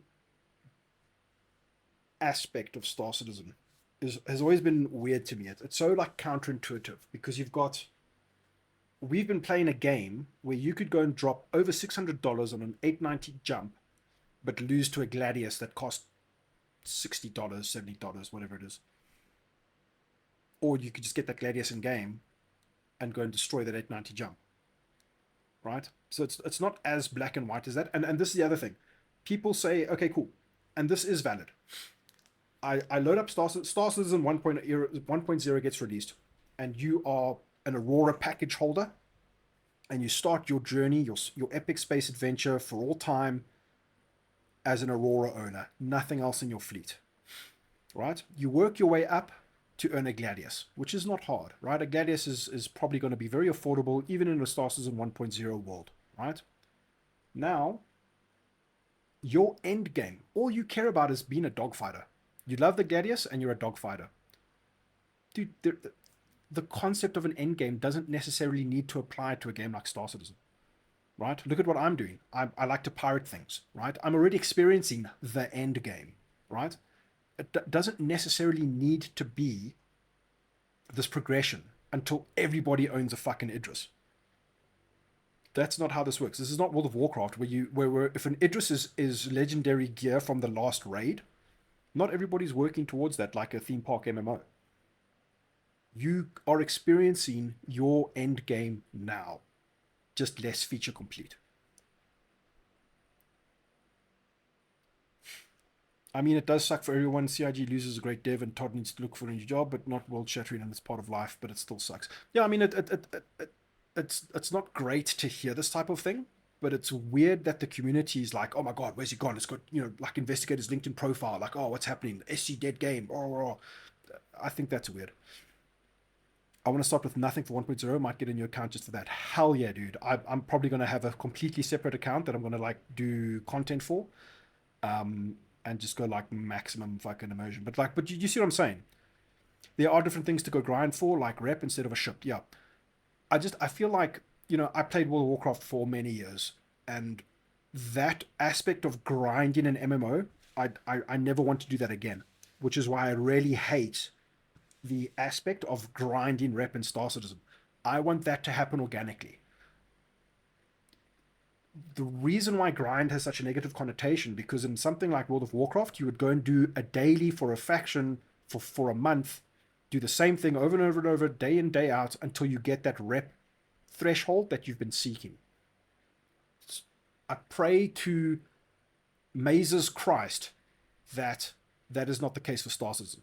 I want to be able to, if I like a certain faction and I want to be in good standing with them, organic, normal, non-grindy gameplay with lots of variety should be possible for me to experience without saying, okay, I'm going to grind this thing and do the same thing over and over again for a month until I get that threshold. Yeah, it makes the game old, dude. I want to be able to be just like, okay, cool. Every time I encounter something in the game organically, like think of Skyrim, I have the choice to be like, oh, those are the guys I like. Let me do the thing that they would prefer that I do in this situation. You see what I'm saying? I think that would be so fucking refreshing if it's possible, right? It's time to start proving that, right? All this sounds great, but these letters are, well, just words on paper. Exactly, because you have a certain play style, or whenever you encounter certain things in a certain system, with a variety of gameplay, every time you encounter something to do, you have the option to do it this way, which would make Ruto happy, or this way, which would make Crusader happy. You see what I'm saying? Paper or on your monitor. And that's literally why I Not the same fucking mission over and over and over again, for no reason. wanted you to see the 2022 letter. Not because I'm not excited to hear that they're shifting their focus to the game, not just the visuals. I think many of you have seen my videos, and they've been more excited or less critical lately because, honestly, how can I be critical about doing the things I wish they did in 2015? Even But his streams, I don't know how Mark does it, bro. Even his fucking streams, like, he just has this energy.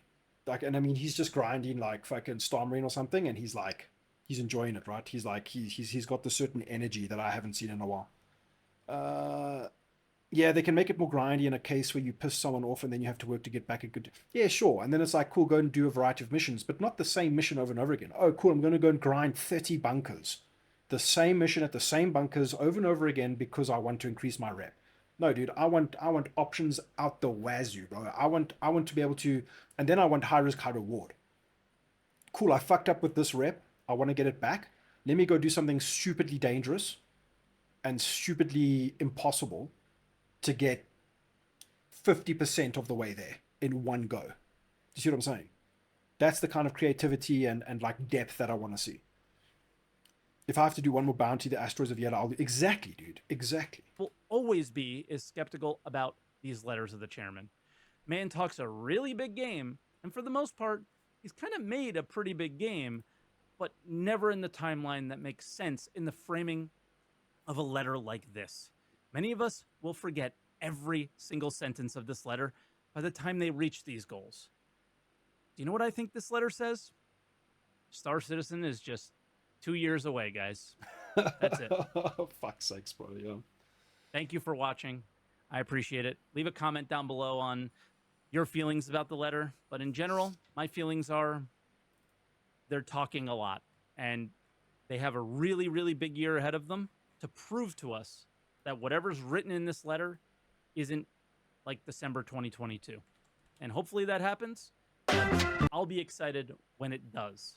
I'm not going to be excited reading Chris Roberts again for the 12th year in a row telling me how he's going to do the greatest thing ever and then not do it, right? So hopefully the letter turns out to be different than all the other letters, but in the end, I'm excited about what I see. and I'm sticking to that. So let me know what you guys think about it. Leave a comment down below. Subscribe if you guys are enjoying these new little video updates that I've been doing. And yeah, hit the like button if you enjoyed the video, and I'll see you in the next one. Cool beans. Alright. Yeah, 130 missions in the same bunker, just so that I have some variety. Yeah, I mean, it just depends on how like dynamic that like system is, right? I would love for there to be that procedural, maybe procedural's the wrong word, but like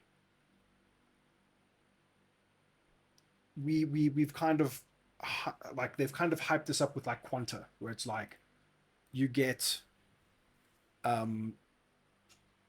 the foundations there, and then based on what is happening in the simulation above the game, different things will spawn based on your interactions within the world, right? That's kind of like what I think the eventual goal will be. I haven't played since 3.18, have missed it, want to get back into it. I see people playing, getting frustrated, and I change my mind so I don't get disappointed. I mean, it's been a lot of fun, it's just there's not enough to do, right? The last patch, we hit piracy very hard, and it's been super fun, but it was skewed because, you know, it revolves around whatever the current meta is, right? And the meta at the moment was reclaimers making 15 trillion credits per second. So we pirated a lot of reclaimers, and that's been incredibly fun, right? Because the patch before that, there were no reclaimers to pirate. There was maybe the odd one here and there, but it was mostly like gold over microtech or something like that. And each patch money making meta, so to speak, pushed the piracy gameplay into different directions, right? The latest one just being construction materials and reclaimers, which just, I mean, it has been super fun, but now it's kind of old. If I have to go and pirate another reclaimer, I'm going to lose my fucking mind. So, yeah, I want to just quickly pop into the game, and I want to see something. God damn it.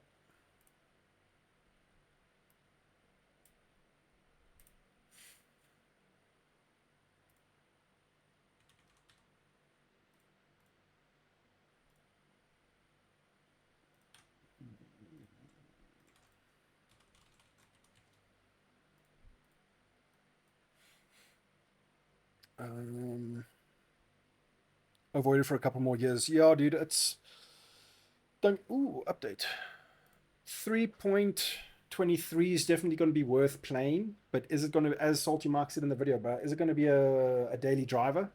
Is it going to be a game you can keep on coming back to regularly? Maybe for a couple of weeks, you know, until they get their shit together.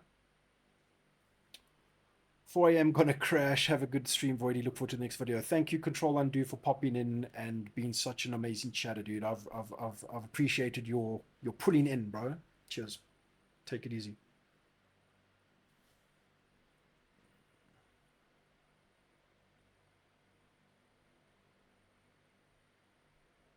Oh fuck! It's like a proper patch.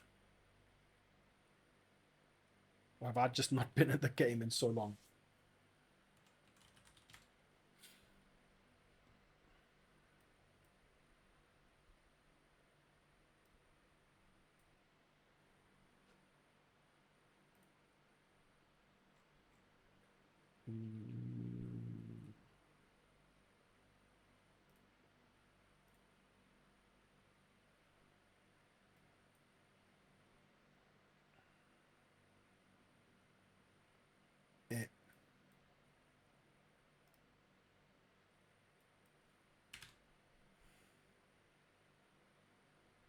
Fuck, I didn't realize there was a patch, man.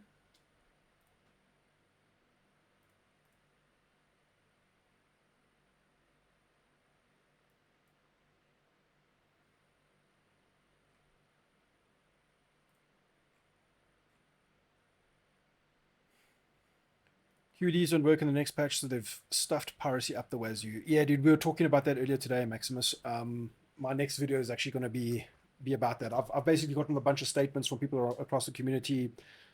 We don't know the whole truth.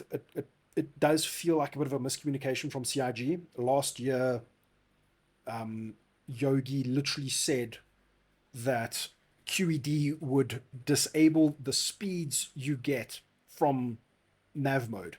We don't know if that's currently the way it works, but the last SEL, he did say it's not going to work correctly or whatever. We don't know the specifics. So I'm doing a whole video about that, bro. It's going to be, basically the feeling is right now, QED is not going to be working correctly because people will just be able to get away from you. You might still be able to snare ships and stuff like that. We just don't know. But for the entire patch cycle of 3.23, QED might not just work, right? So we'll find other ways to get shit done. But it's a massive, in my opinion, the fact that they won't just guarantee that QED will be feasible in the next patch is fucked. It's proper fucked. It feels like for the first time ever, something's been taken away instead of added to a patch, right? And that, it's really not cool. Haven't really played for 9 months, but have been keeping up. Yeah. You'd think they would have made a side quest for interdicting pirates in Squadron 42.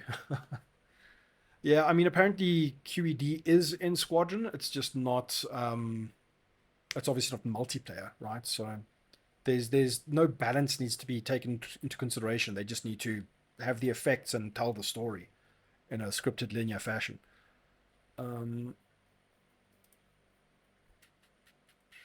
What is going on here? How old is this patch? 4 days? Oh wait, that's EPTU. 22 days? Damn, how long has it been since I logged into the game?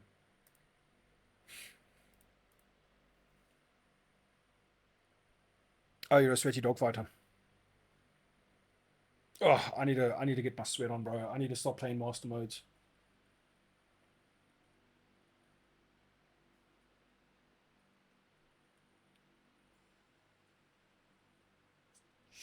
Did this patch reset things? Like, are we back at starting location, all that jazz? Yeah, man, I'm not in touch enough with the flight combat to really comment, and like, I'm not going to talk about shit that I've got no fucking clue on. But that seems to be the prevailing opinion, is that 1v1 suck. It's a DPS race. There's not enough evasion. You can't, you have less options other than shoot the guy first, right? Getting third partied is apparently OP as fuck. I have faith that they will get it to where it needs to be. They'll tune this version of MM going forward.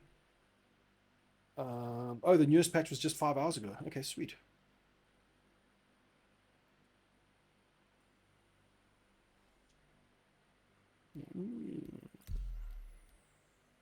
Okay, sweet. So it didn't like reset anything.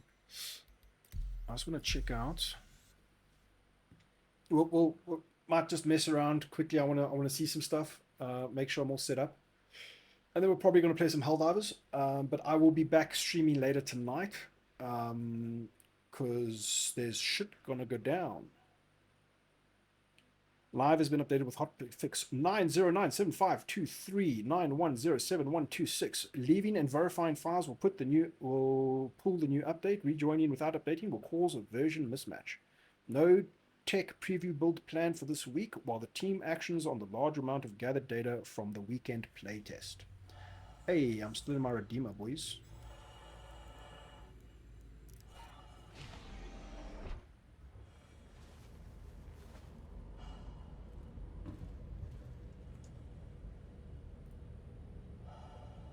Click the game, Windows and OBS, and press Control F. Never mind.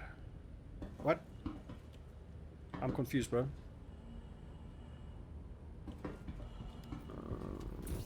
What's up, Zenith team? Did it not load up properly or like look proper on OBS?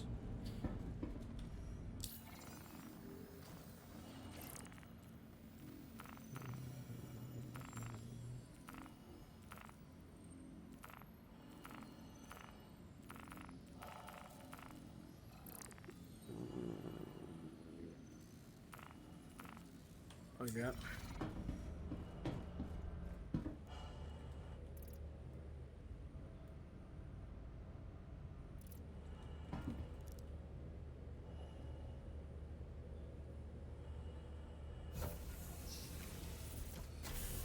Do people know what this update is about?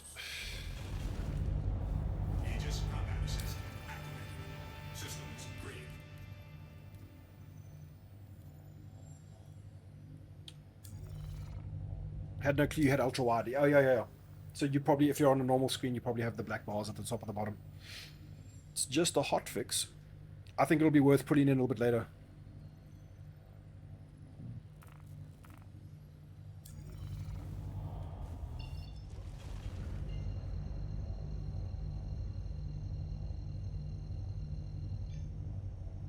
Yeah, even global chat is like, patch?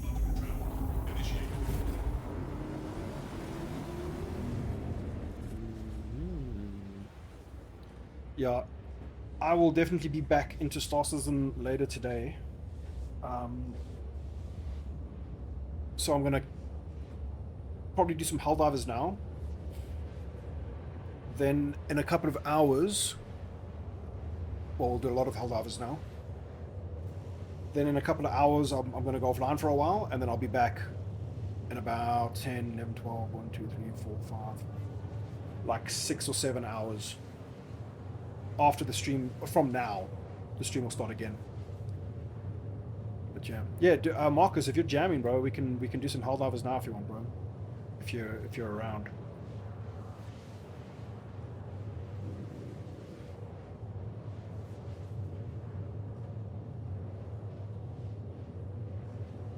What is the St. Patrick's? Is that the Fortuna? State of Fortuna?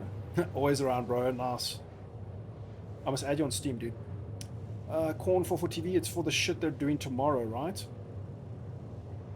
I guess it depends. For me, it's this afternoon. For some people, it's tomorrow. I guess. I'm not supposed to say anything.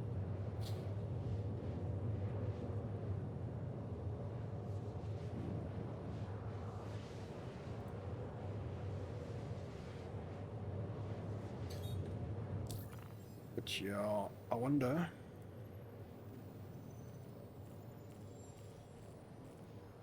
Yeah, there's probably very little point in doing this now. I was kind of hoping that there'd be stuff happening now, but I don't think so. I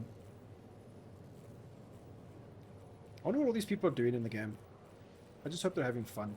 You know what I mean?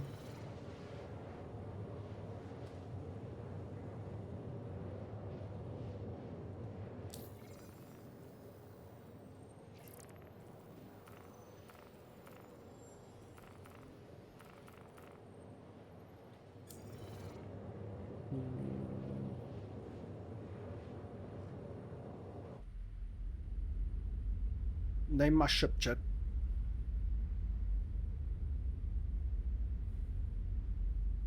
Yeah, dude, I got hopelessly addicted to Helldivers, bro. What level are you, Marcus?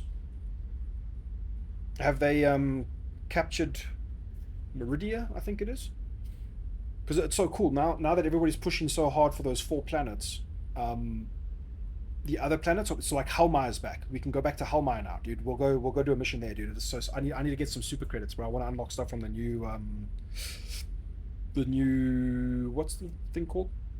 Not Steel Veterans, Cutting Edge or something like that. I wanna get some credits to unlock that shit, bro.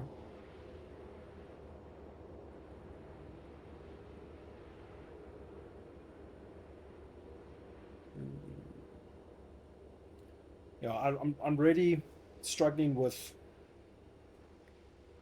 the lack of QED in the next patch, man. Unless they find a way to change it. I mean, there's still time, right? But it doesn't look good.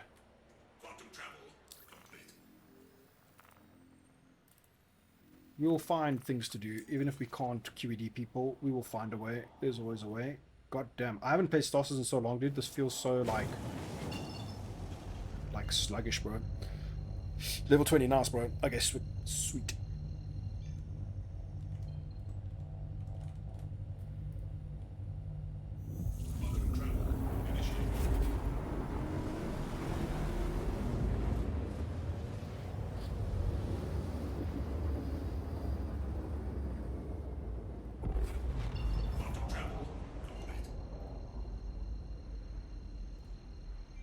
Gotcha, brother. I just want to get to Grimhex.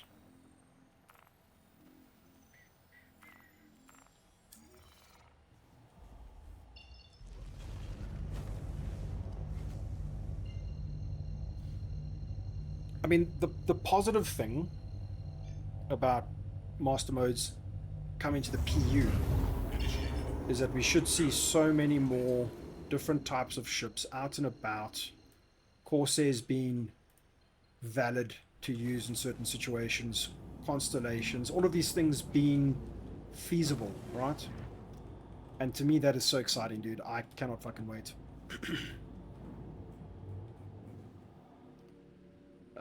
I've only streamed 230 hours of the last month of Star Citizen, and I can't seem to get away from this game. Yeah, dude. I mean, I enjoy the ebb and flow, dude. I'm telling you right now, Orstek, there's nothing better in the world than, you know, getting a little bit sidetracked by other games, something like something that isn't necessarily science fiction, playing that for a while, and then getting that game out of your system, and then coming back to Star Citizen, bro. There is no better feeling in the world, dude. And then Star Citizen just feels so fresh and new and exciting, and then you realize that there's nothing to do, and then you know, the cycle repeats itself. That's been my experience for the last, like, 10 years, bro.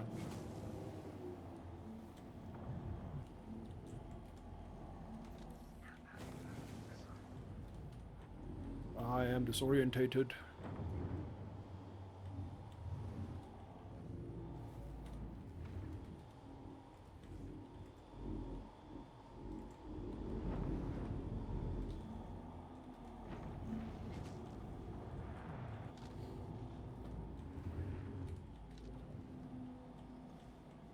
Same feeling, I love the SC, but just wish there was more to do. Yeah, we'll get there. As you can see, this year is the year, bro.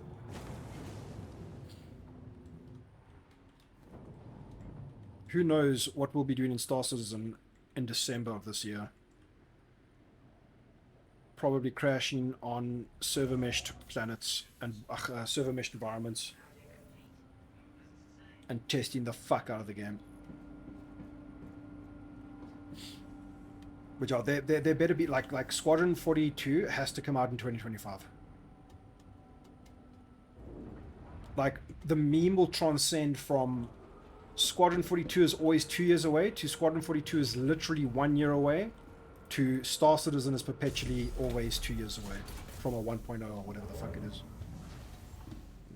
I should probably savor these railguns.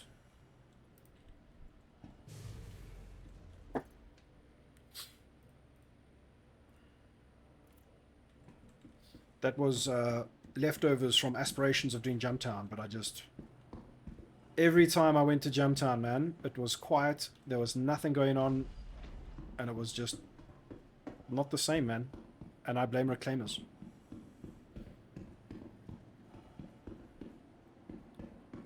Oh yeah, dude. And that's the other thing, bro. Once you haven't stared at this beautiful environment and like the graphics of Star Citizen for a while, and then you come back into it, dude, it feels good, man. It looks good, it feels good. Makes other games look like trash, bro.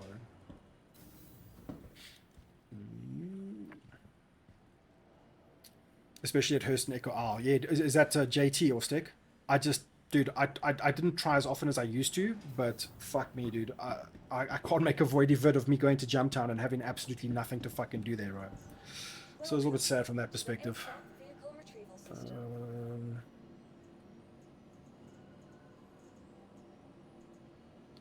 Why do I have 4 Hercules Starlifters, bro?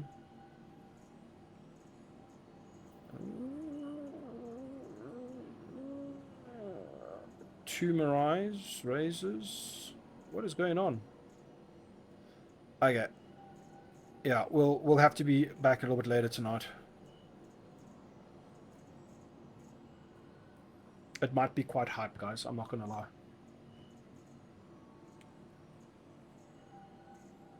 I will be streaming tonight. Just want to make sure, because I've got a super smooth brain. Nope, doodles. Okay, cool. It's Helldivers time. Siege was the best. Dude, I loved Siege, and I still... Oztec, how do you think Siege is going to work in Star Citizen 1.0? When Siege goes live, do you think it'll be like, oh, you have enough rep for Crusader, you can come help in Siege? Do they broadcast it to the entire system, to the entire universe? Like, who gets to go to Siege? And how many people can Siege handle, right? Will they spawn up multiple instances of Siege of Orison if the entire fucking server capacity wants to go there, right? And like Siege should be one of hundreds of events like that. Do you know what I'm saying? Because like otherwise Siege, as great as Siege is, it is the type of gameplay that once you've done it a couple of times, then it's like, okay, now what, right? You can only do Siege so many times until it's kind of like, eh. And it doesn't feel like Siege is the kind of event that it's like, oh boy, the Ninetales have attacked the platforms again. Let's go back to Siege, right? Like, is it too repetitive? Is what I'm basically getting at. Do you think it's too repetitive?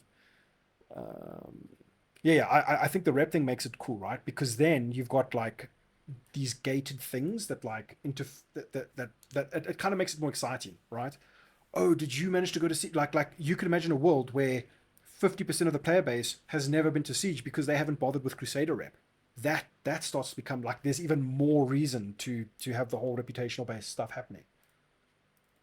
To have so much content sort of gated behind rep is actually I think it's very cool. On one of the voice channels called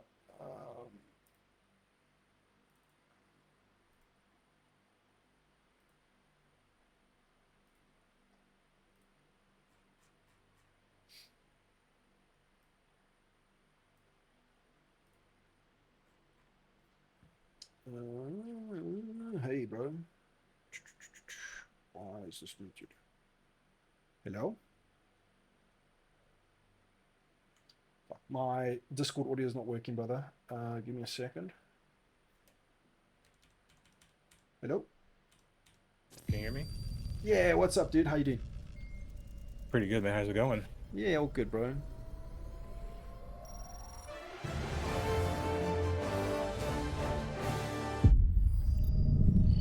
So I just got to turn down the game volume.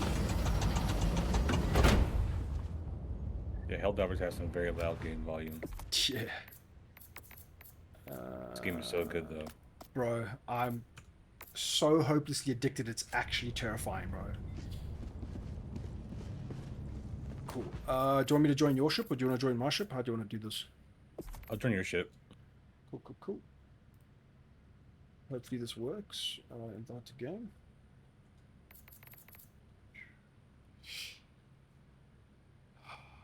Bear with me, Stroke. It takes a while to write a long response. Exactly. I think it's what is required for the gameplay, so players are put into classifications of missions. Yeah. I can't see it like Jumptown going live in a server meshed environment is like. You can imagine only if you have a certain reputational threshold with Ruto can you even consider doing the criminal aspect of Jumptown, and then that should pay a lot more because first of all you need a certain reputational threshold with Ruto to get that mission in the first place, and you need to be at the right place, right time, right? Maybe there could be a radius by which they expose the fact that Jumptown is live. What's up, dude? Give me a hug. This game is so good, bro.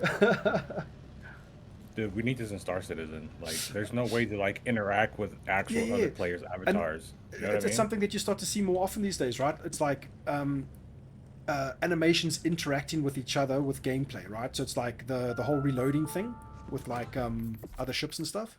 Ugh, not ships, fucking you know, the big weapons and stuff. Right.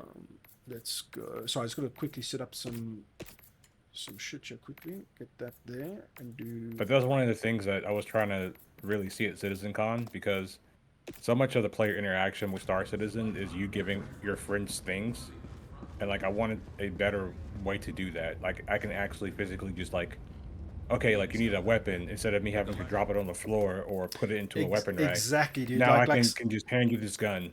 Exactly, dude. Like a present emote, right? But it like because of the game systems, right? The FUs interactions and stuff.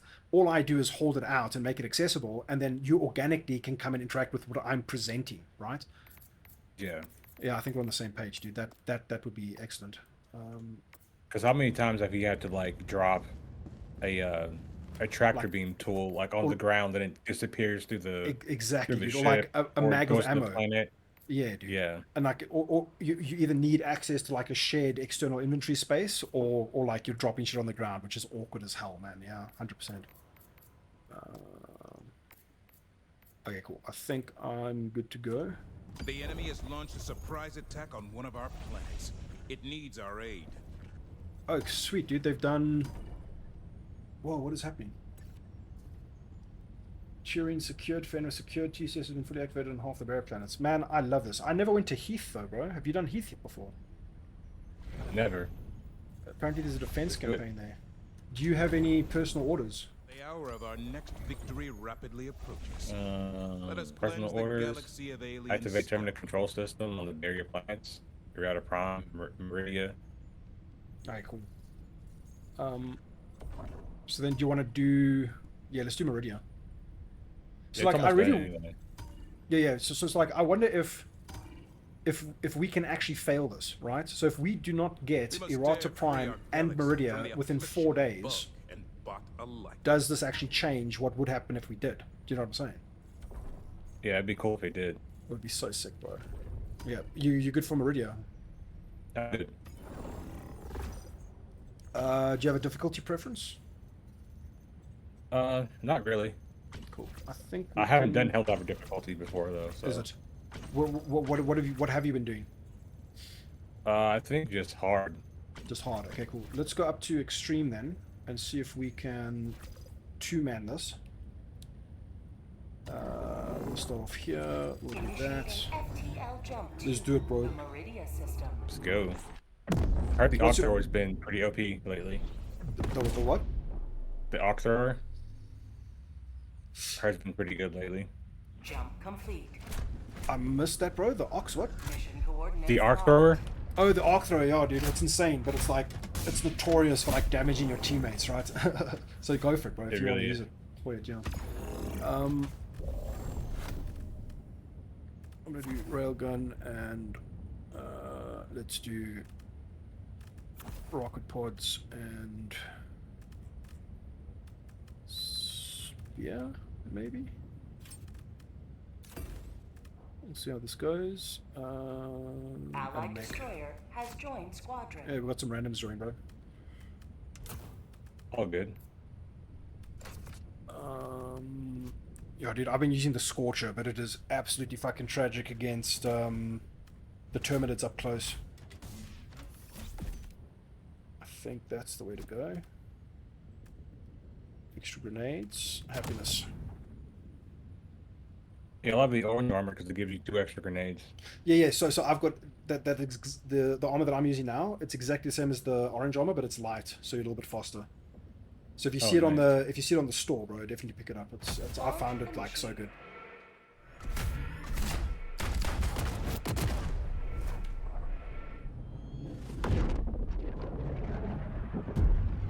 What's up, Ralph? How you doing, brother? Thanks for putting in, dude.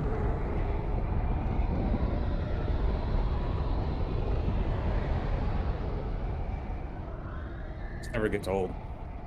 I love it, dude. The thing is, I turned off all the music for like maximum immersion and like reduced my HUD, and I've even got the mod that like reduces all your HUD elements. So I'm like, it's a maximum immersion, bro. I'm actually gonna just do this quickly. You are the best of the best. Live up to your name.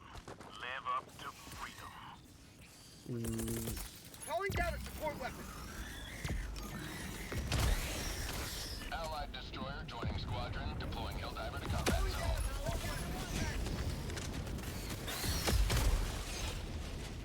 Let's fucking do it, bro.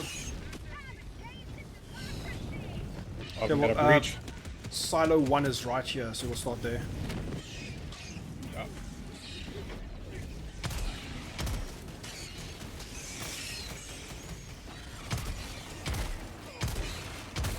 I love this laser. Never leave home without it. It's epic. Hey, hello, should you fuck?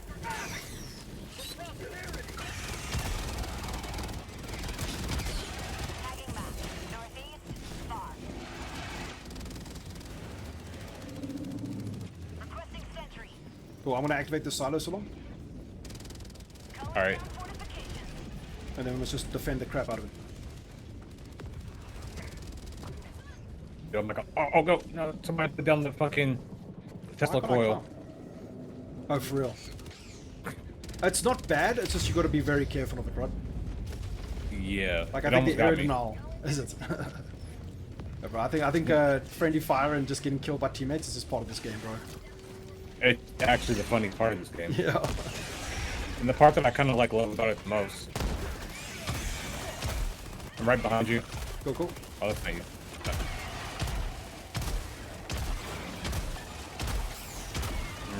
Reloading. Same.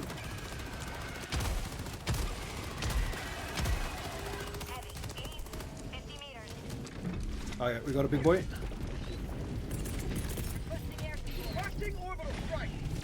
Oh, somebody already got it. We got. Nice. I dropped an orbital accident. I'm gonna kill out my own laser.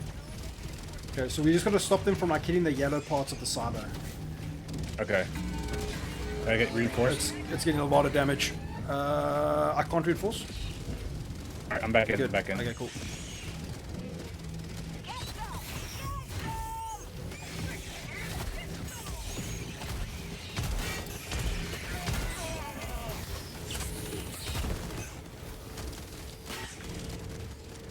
Okay, we're okay here.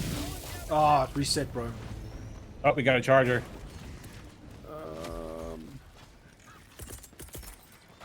Requesting air support.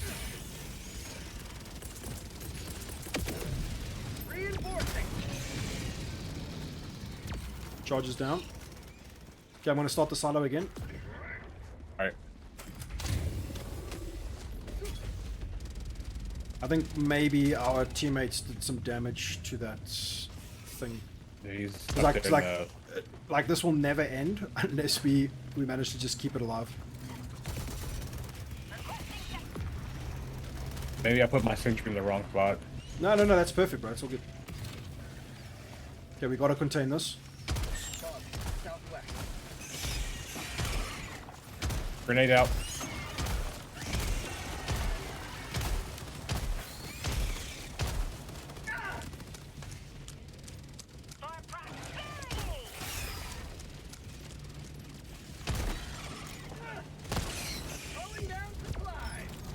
Nice.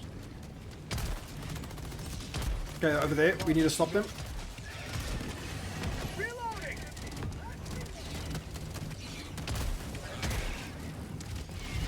Aha, I got him. Alright, here we go. Oh, we got a Bio Titan. Sending in an eagle.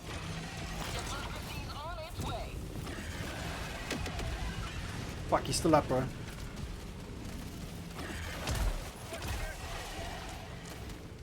Oh, we got it. Calling in reinforcements. 93, 94. Oh god. There's another Bio Titan. Requesting air support. You just do cock it all over my face. Okay, one down. Okay, we're done here. We can move to silo 2 or 3 now. Tagging map. Northeast 200 meters. Let's go northeast. Northeast east. Oh shit, that that arc throw, bro.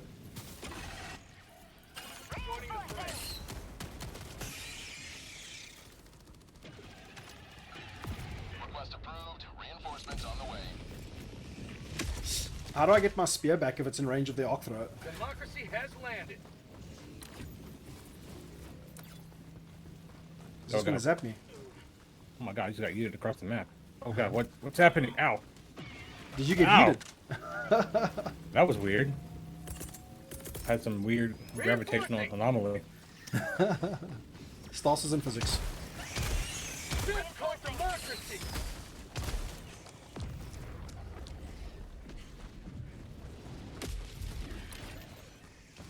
Cool, let's go. Dropping a pin. Northeast 200 meters.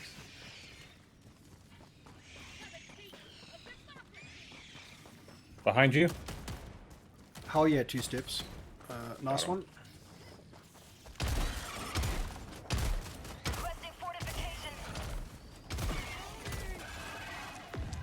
Fucking prawns, bro.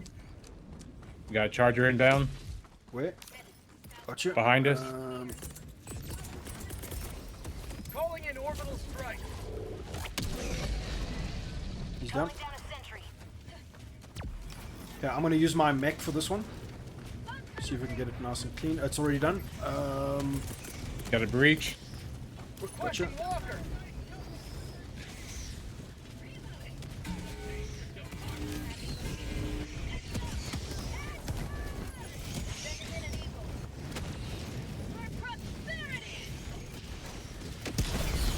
What Another the breach. fuck was that? I thought they fixed that bug, bro.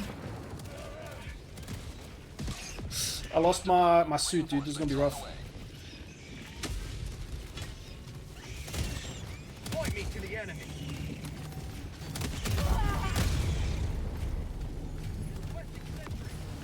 Big ouch, bro. Mag's empty.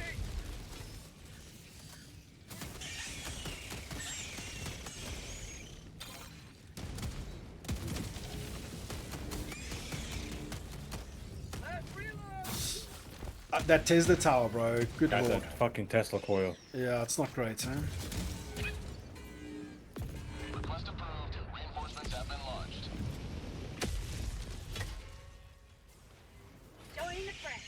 I'm gonna reset it. 30 seconds of spear. Mag's empty.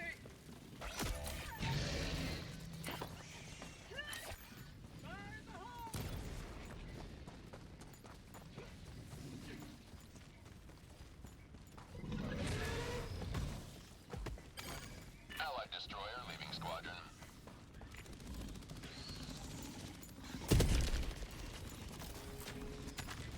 Oh god, I can't run.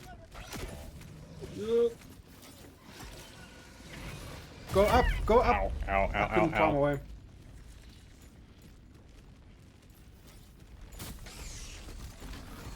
Yeah, I think we got to clean it up and then start it again.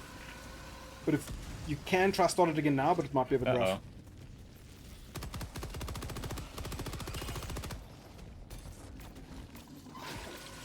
Squad lost. Deploying full replacement. We can do this, bro. I believe. Request approved. Reinforcements on the way. I'll drop an SOS beacon as well. Helldiver, reporting to the front. Sending out an SOS. Throwing supply beacon. Requesting advanced weaponry. Requesting orbital.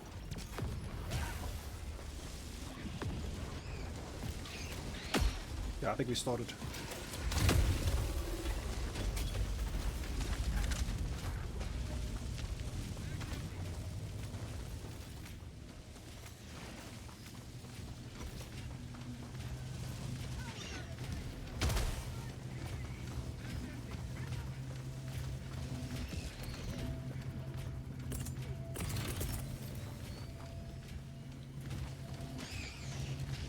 Marking location, southeast.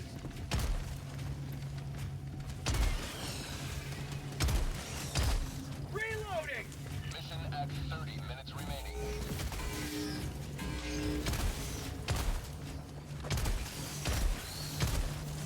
Come on, reload, reload.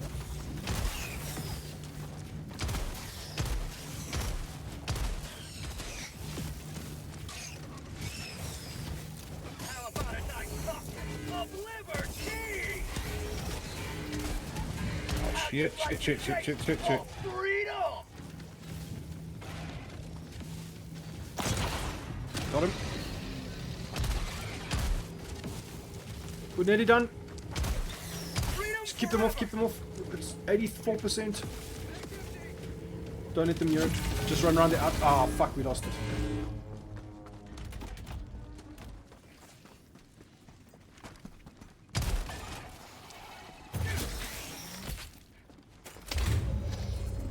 Yeah, we'll get it this time, bro.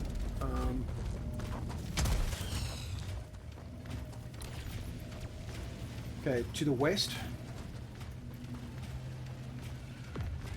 Can you close these? Oh fuck, doors running in. We got a Battle Titan. Gotcha. Point him out. I hear him. Marching orbital strike! Sending in an eagle!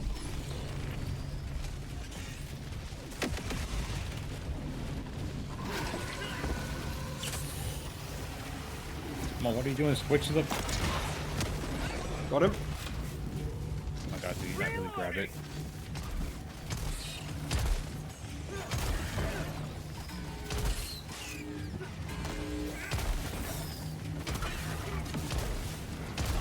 Have a taste of democracy. Reloading. Fuck, dude, there's so many of them. We just need like one more person. Mag's empty.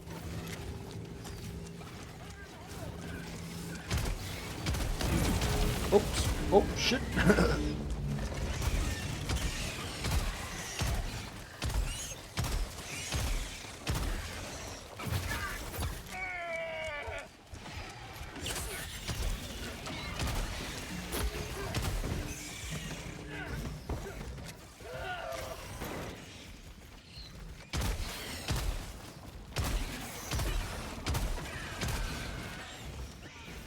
Oh my god.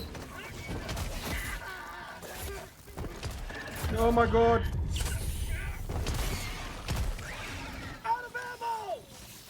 Do we have supplies anyway?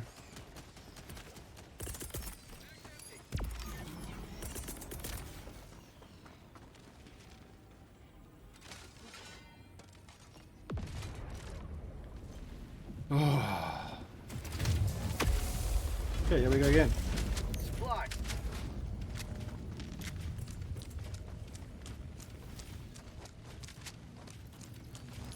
Requesting advanced weaponry. To the north, I think.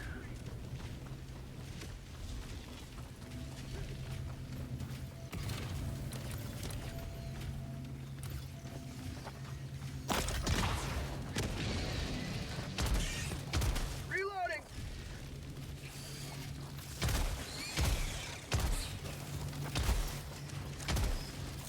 Fire in the hole.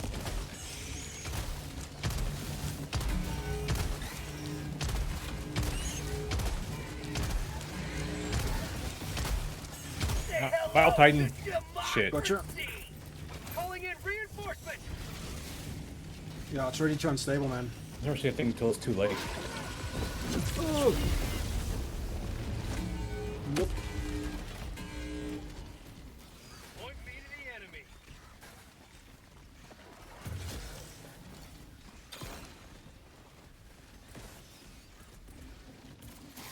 Calling in reinforcements. Oh shit, that was unlucky, bro.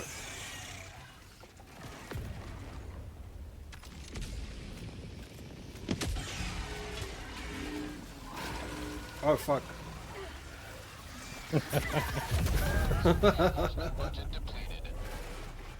Yeah. I wonder if these missions have gotten like... Nah, they're probably about the same as they were before. Reporting to the front. Well, I'm out for a minute, bro. It's all you. Orbital inbound. Nice laser.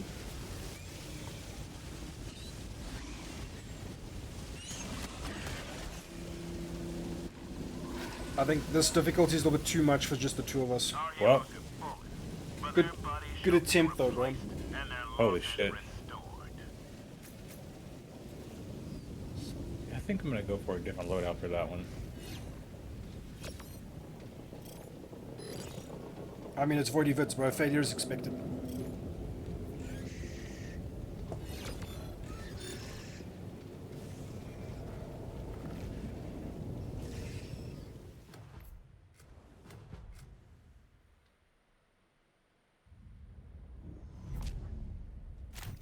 Welcome aboard, Helldiver. The Super Destroyer is here. Helldiver, glad to have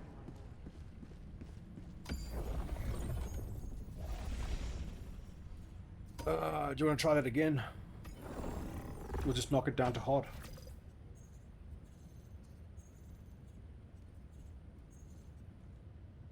Yeah, we can try it again. The enemy has launched a coward.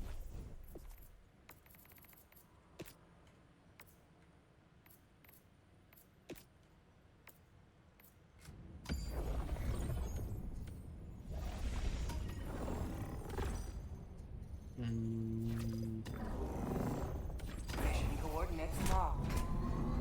I don't know if the spear's the right call either.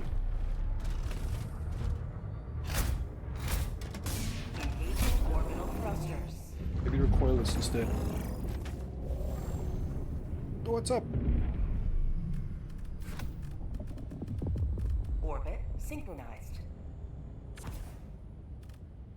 Also my Mac, dude. I never got to use my Mac properly at all.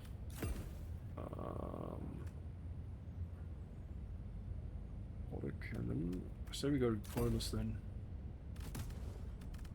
Mechs are awesome, but I think a little bit weak. Against the bugs, they can excel if you can protect them. Against the automatons, they get instantly destroyed. Launch initiated. So like, if we can do the first one without a mech and then the second one with a mech, we should be in a good spot.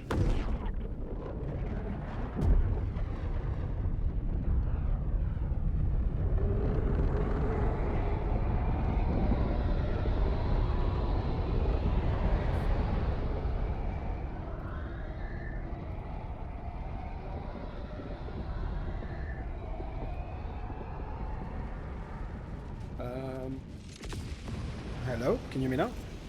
I can hear you now.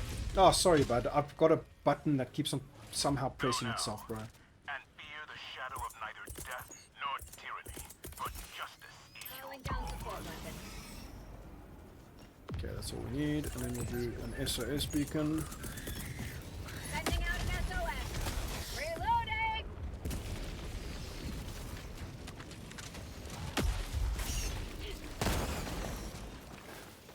Okay, let's get to the button.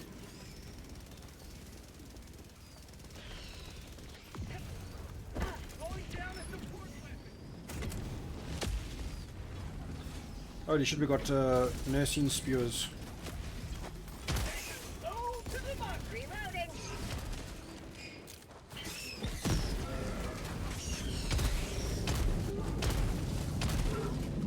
How about a nice cup of liberty?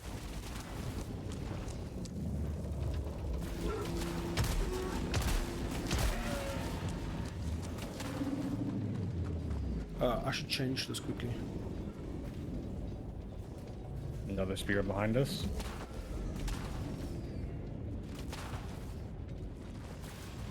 Holy shit, nothing but spears here. Really? Yeah, just all bukkake bugs. Yeah, bukkake bugs, bro. Okay, I'm gonna start it, bro. I think we should handle it now. Alright.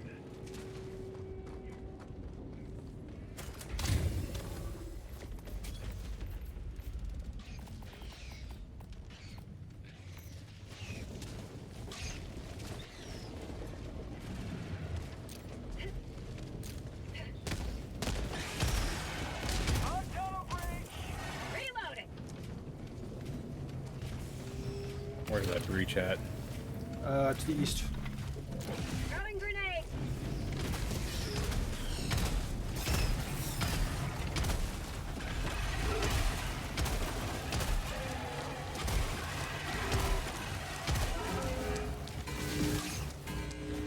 Behind us? Just to the other side. Oh shit! What hit me? What's up?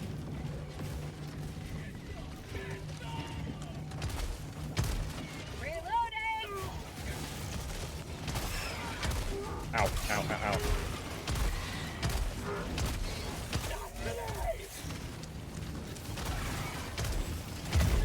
Oh shit, my bad.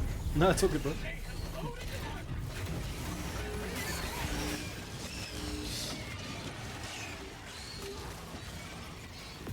Request approved. Deploying reinforcements. Sorry, bro. I meant toasters, Rolf. Reporting to the front. Fire in the hole. Say hello to democracy.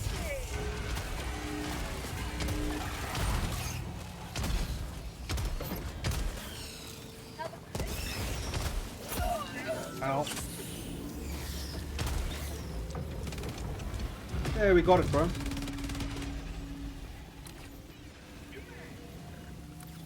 I'm just gonna grab my recoilers and we can head to the next silo. I think that one. Okay. Can you mark it on the map? Yeah. Oh. let's do that one. Map. West, 100 meters. Number 3. Okay.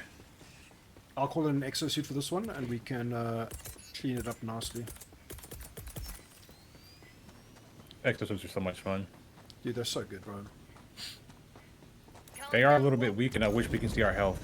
Yeah, 100%. But it's I can just add the how much health it has left. That would be very helpful. yeah, yeah. Just so you can survive, right? Yeah.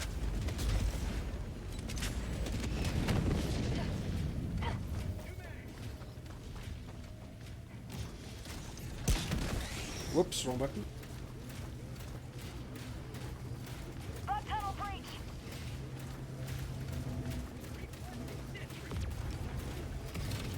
I'm just gonna eternally patrol around the outside.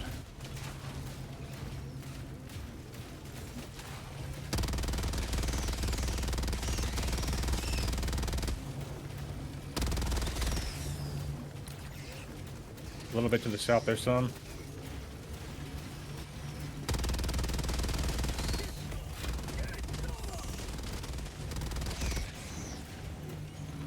Breach to the west. Well, I'm on the west, it's good.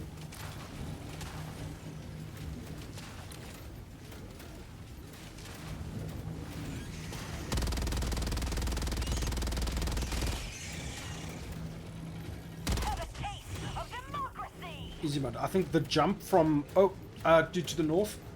Quickly. North.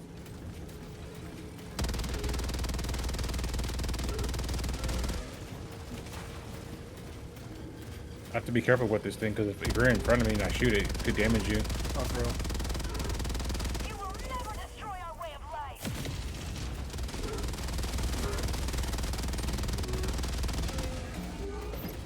To the east. Oh, we did it. He's done. Done? Yep. We can move to 1.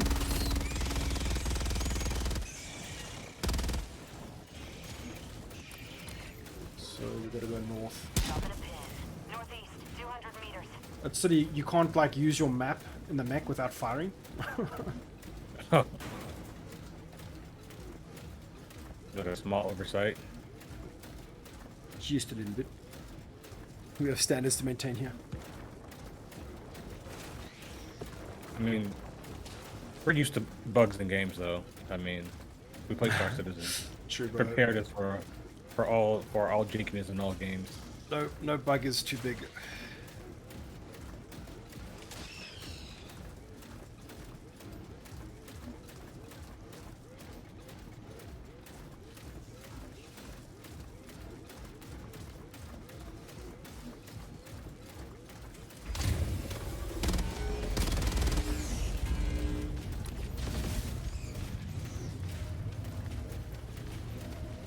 North.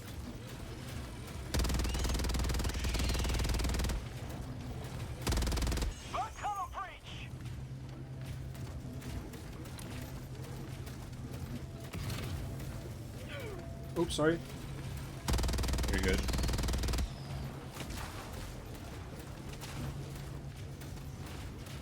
East.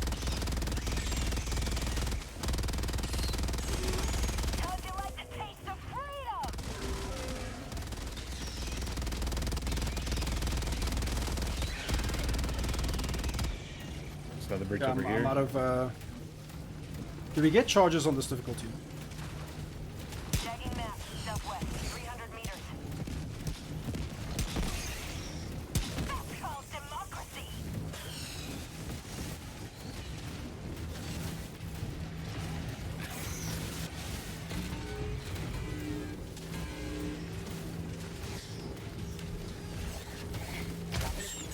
Southwest, 200 meters. That's 2 more breaches.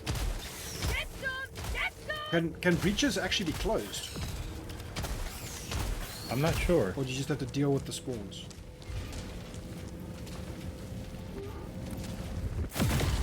Yeah, we did it. Throwing grenade.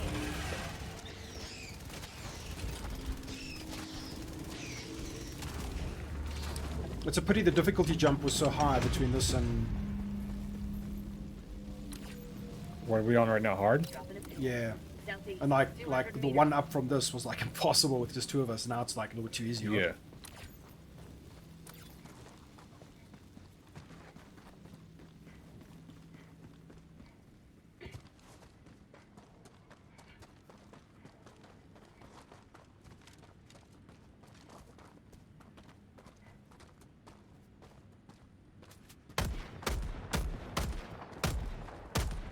Nothing in the You can't shoot the birds.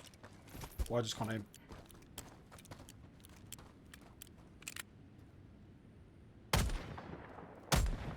Reloading. I don't think we can hit him.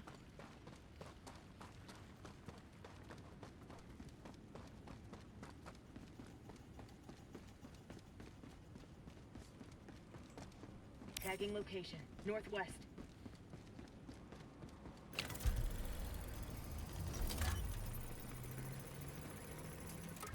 I got the terminal. Oops. Mission at 30 minutes remaining. Engaging terminal. Bro, I think this is so fucking sick. And I also like how with the interaction. Yeah, I mean this just came out of nowhere, bro. There was no like DLC announcement or like massive things. It's like, oh, this is just how the game's progressing, you know? This is a good example of when open development's done right. Yeah, dude. Like gaming as a service, right? Yeah. I think we're getting a little bit of a resurgence in gaming, which is nice. Yeah.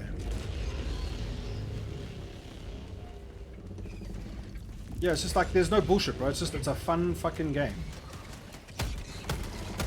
In a way, it kind of reminds me of how Warhawk was back on PS3, like way back in the day. Remind me, Warhawk? That sounds very familiar. It was just like this PvP game where like you didn't load in with like any weapons. You had to find everything on the map, and it was really easy to play.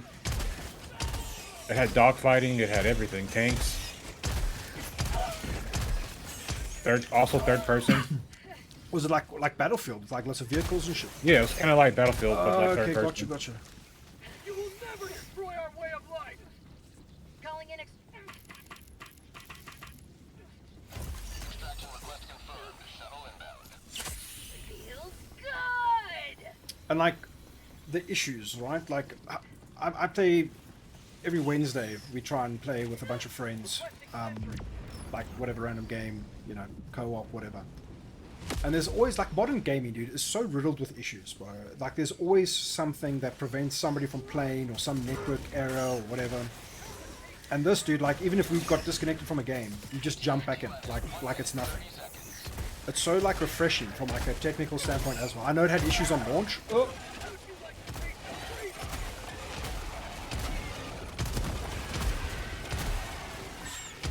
But it's like this is how gaming's supposed to be, bro. Reloading.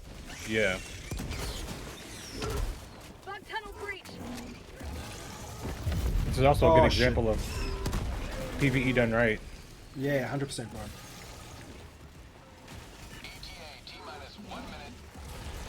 And like, there's a lot of you can see the devs are trying to make sure that there's no like one loadout to rule them all, right? Because people were just like spamming railguns and shields before. Now that's like less effective, and like on the higher difficulties, you need to like balance out your team and stuff, dude. It is so much fun. Calling in reinforcements. Yeah, they're doing a lot of stuff right. Yeah. Really enjoying this game a lot. Even though I do take breaks from it because it was getting kind of repetitive when I was playing it like every day. Yeah. But now that they're putting out a lot of different content, it's fun I to play think again. it'll boil down to like how like this is cool with these towers and stuff. Like, oh my god, I'm not paying attention. It's cool with these like Terminate dispenser towers and stuff, but like I want to see, because you know this whole thing about Joel and how he's like the galactic dungeon master, putting the strings and all this kind of thing. Right. It's like I wanna really feel the impact of that, right? I wanna see like Super Earth get invaded. You know what I mean? Yeah, that would be a lot of fun. Because if they can keep it fresh Get to and the dynamic, chopper. you can get to the chopper. Countdown initiated. Stand Oh, we had a third. Didn't even know. Oh yeah, came in late. Extraction complete. Pelican 1 beginning ascent. Riding on the curtails of our glorious victory, bro. Right. It's gonna get all that XP for free. That guy's even worse, dude.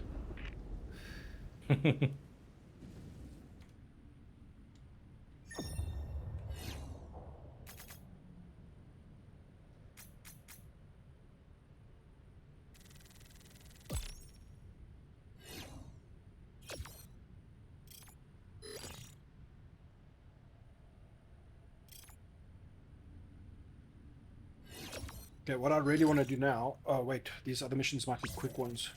I think we just smash them quickly.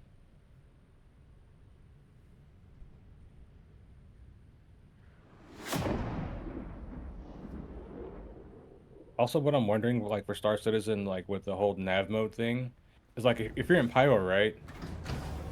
And you're like trying to, like, just say you're flying like on a planet trying to get to like a outpost that doesn't have a quantum marker. And you're like within range of the solar flare.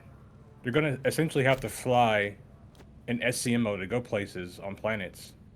Because if not, you're just gonna get hit by a solar flare and then your ship's gonna get knocked out of the sky. Oh, because your shields aren't active in nav mode. Exactly. Hectic, dude. That's a very good point. Yeah, I mean, it really is a question of like how much is already in the game that master modes affects in a negative way, right? So it's like, look at racing. Apparently they even mentioned that they would like redesign racetracks to cater for master modes. That to me is like crazy, dude. Yeah, because it's like you're going back and creating more work. Exactly. So it'll be interesting to see how things work out. Orbital thrusters.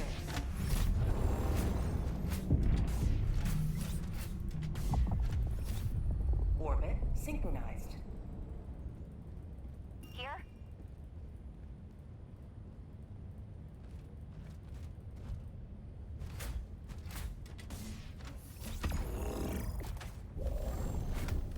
Cool, this is a quick blitz search and destroy. Yeah, all the holes. I think autocannon is going to be great here.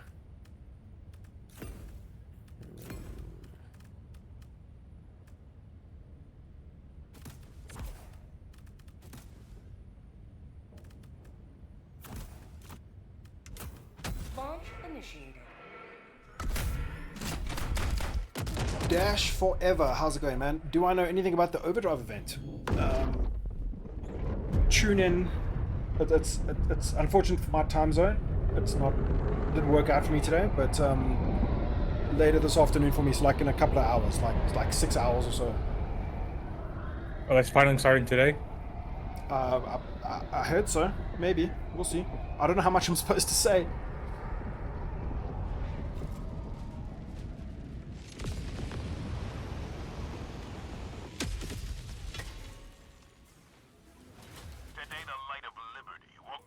I never got to finish the whole thing when it was in EPTU. You're same, dude. I jumped around a bit doing and like it was really cool because the way that the NPCs were acting, right? They're like information, bro. It was quite sick. I've never seen NPCs act like that around the Hammerhead. You know what I'm saying? Yeah.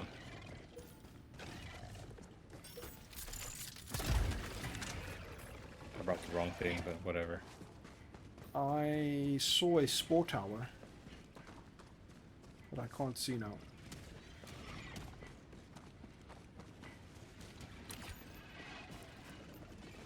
Slipping.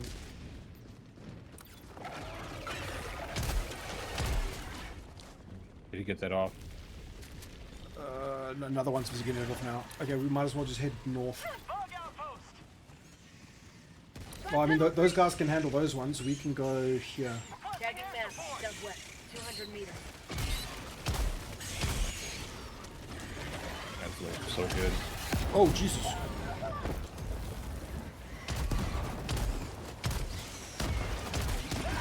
Oh god, ow. You good?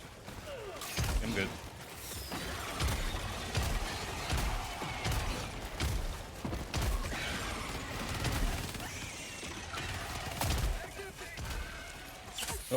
One behind me.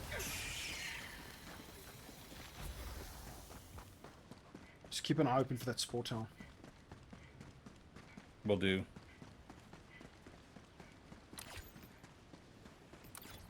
Ah, there it is. Mission at 10 minutes remaining. Oh, this is not an autocannon. Fuck, dude. I've grabbed the wrong shit.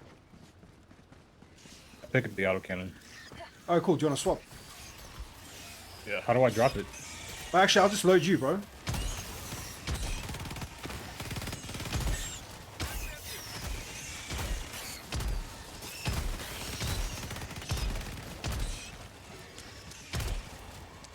You're high on maize. Okay. On the ground. Of the boy, cheers for the sub with your prime, bro. Appreciate it, man. Let's just clean up these little boys. Yeah. And then you can... Oh, shit.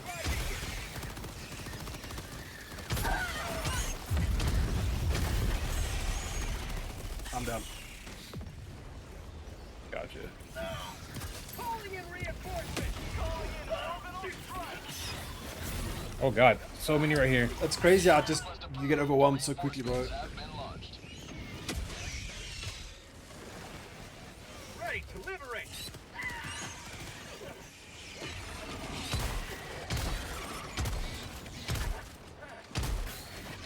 Freedom never sleeps.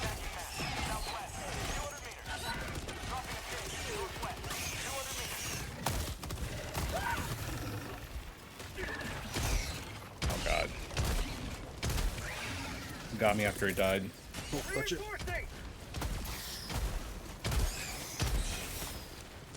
Oh, there's like a breach over there. I'm just gonna quickly deal with the spore tower. Alright. There you go. Freedom forever.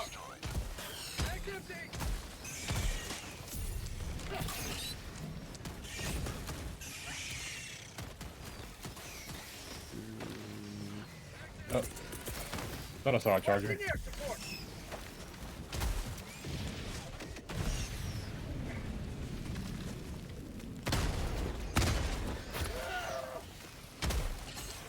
Dude, I'm just constantly surrounded, bro.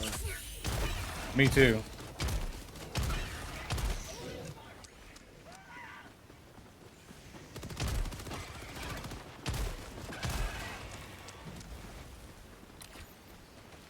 Okay, let's push west. Marking location west.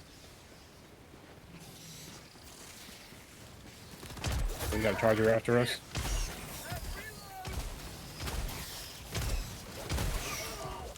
Oh god. Okay, hold on. Well,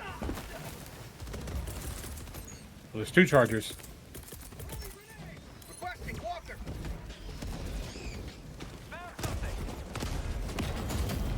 Holy shit.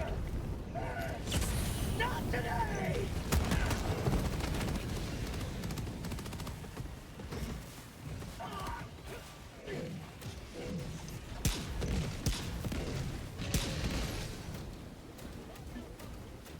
Sorted, bro.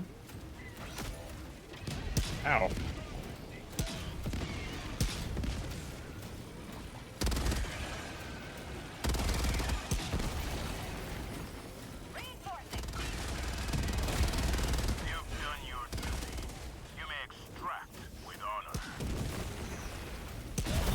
Oh my god, dude. They said they fixed that bug.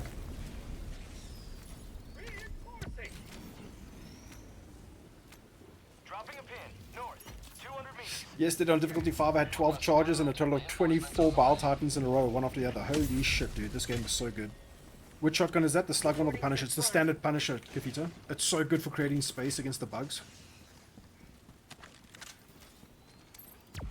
Calling down supply.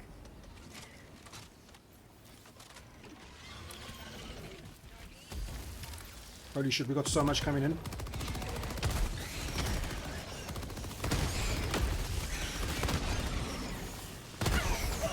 Ow. Sorry.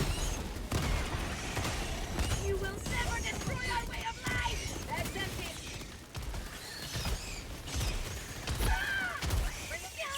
My life for super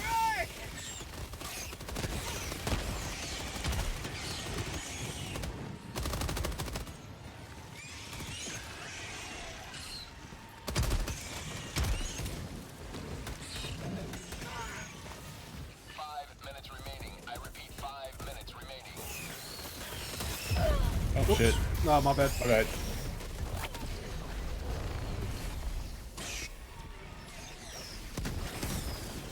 I haven't used the Octo yet, bro. It doesn't... I mean, I know it's good. It can, like, do work and, like, put down lots of damage. But it just doesn't feel beefy enough for me, bro. Joining the fray. But I should probably try it sometime. Throwing grenade. Whoops. I traded with the charger. Reinforcing. Bug outpost spotted. Request approved. Reinforcements on the way. Requesting air support. Reporting. Calling in reinforcements. Yeah, I think we should start heading to extraction. Calling down a sentry. I think I see the support tower. Oh, nice.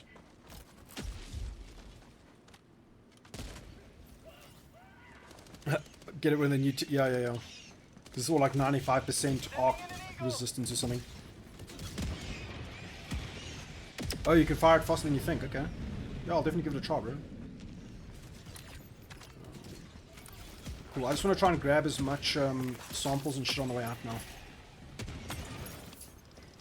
I'm just going to hoof it, bro.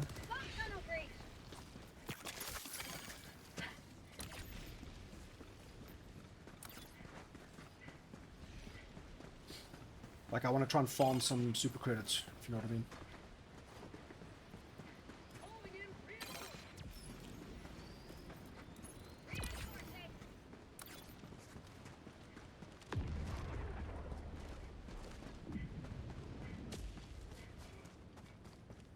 Is the breaker still good? Have you been using it recently?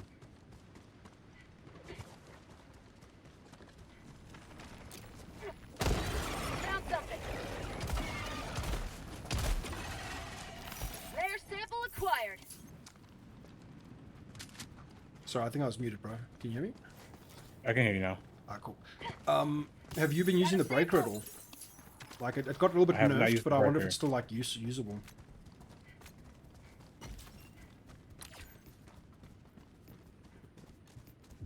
Extraction is available. Just trying to... Actually, you know what? I think I am using the breaker right now. Oh, for real? Yeah. The it's auto not bad. shotgun. Yeah. I think they just nerfed its armor pen or something.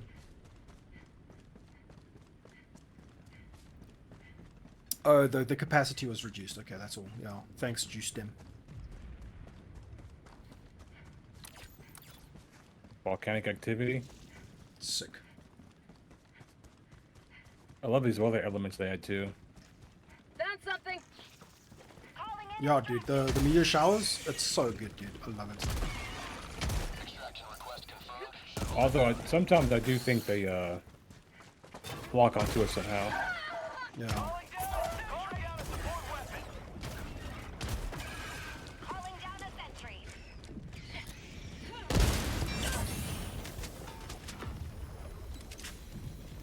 Rare sample acquired. No credits, bro.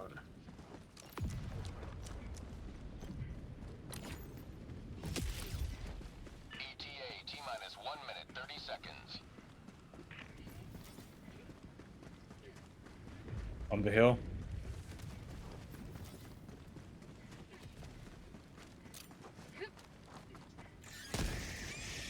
Requesting orbital. Reloading. Found something. Oh, I got a friendship cave here.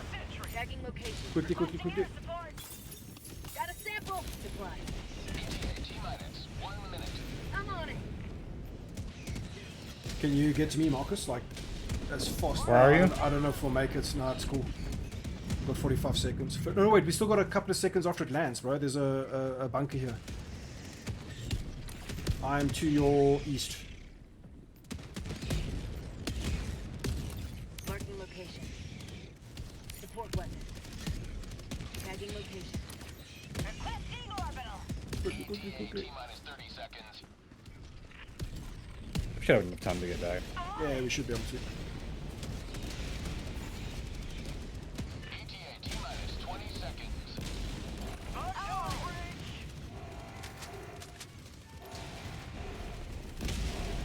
Did it not open?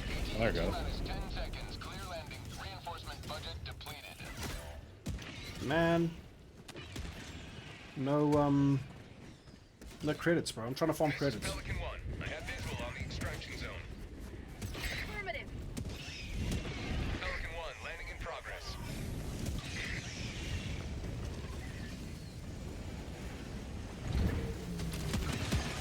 Pelican 1 preparing to depart. Shuttle launch in 20 seconds.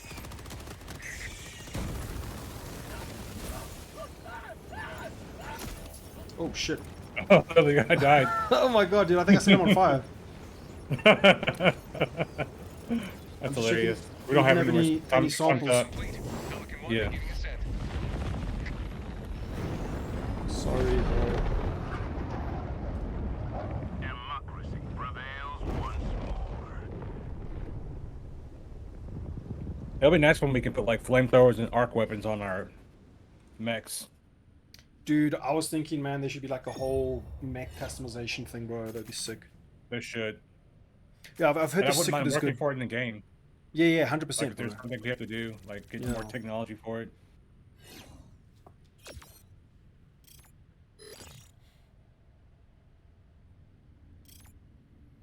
Yeah, dude, I really want to unlock some of the new weapons from the new war bond, but I need super credits. Oh yeah, I'm low on super credits. Yeah, I spent too much only money on 200. armor, bro. I'm not sure if going prone helps with the arc throw, but it's definitely worth a test, I guess.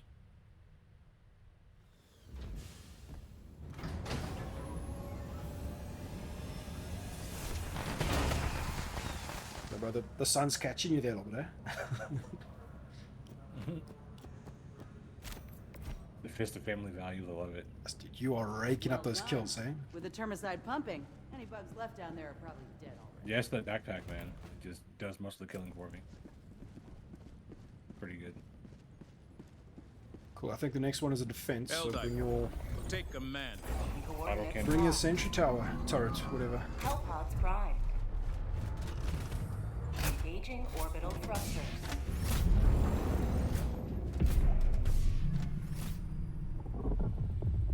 Orbit synchronized.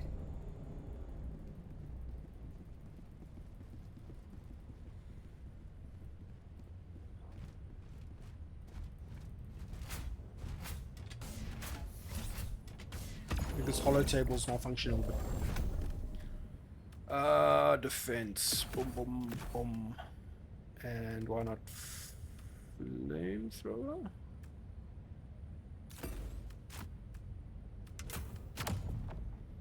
Also, since developers mentioned that were Red Alert inspired, do turrets chain? Oh shit, dude! Did Tesla coils used to do that in Red Alert? Which Red Alert? Man, I miss Command & Conquer, bro. Apparently Command & Conquer remastered stuff is all on Steam now. What's on Steam?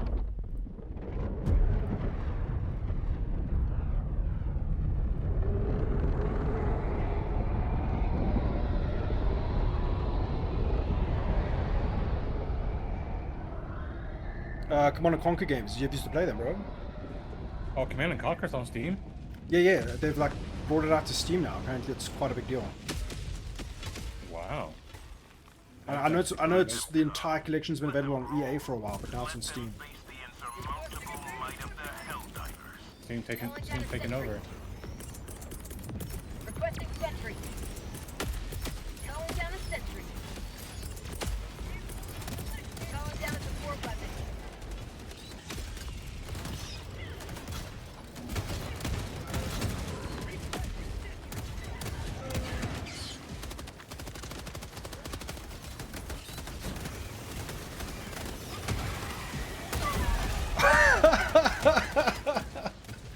Oh, this fucking game.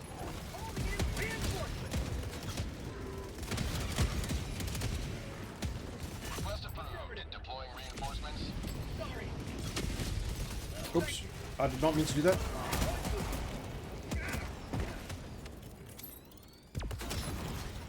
Sorry.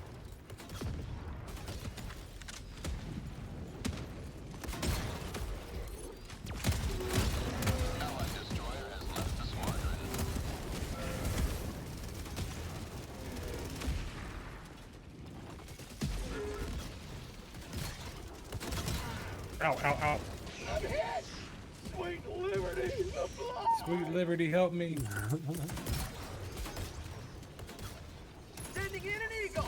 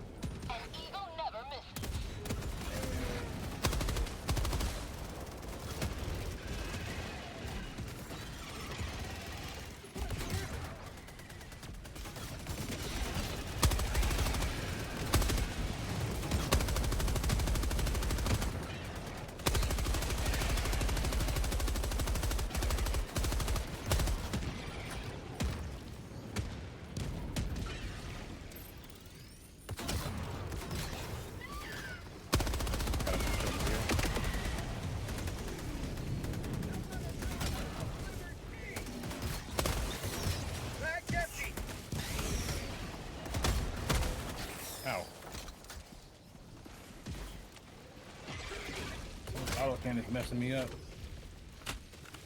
Yeah, sorry, bro. All good. Sentries are sentient and they're not our friends. Yeah.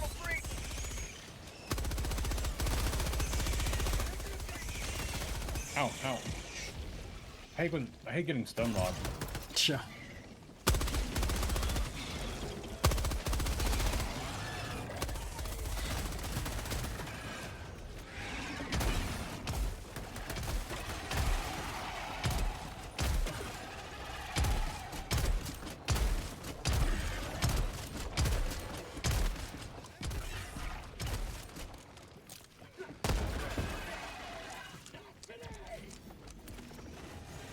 Oh no, cocky bug. Requesting sentry! Calling down a sentry!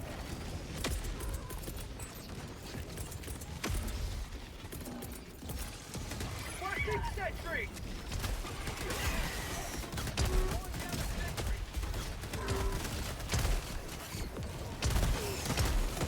Mag's empty! Reloading!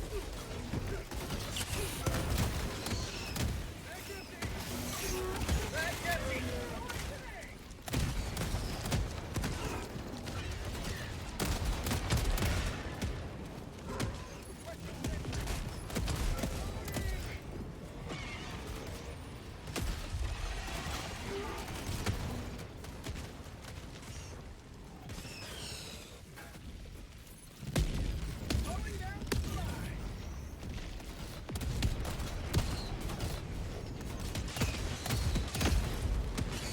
How'd you like this game?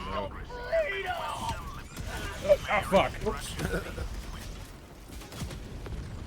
As soon as I went to dive, I got shot in the head. Seriously, but what? Autocannon. Yeah, by the Gatlin sentry. Oh shit. I saw it swing out.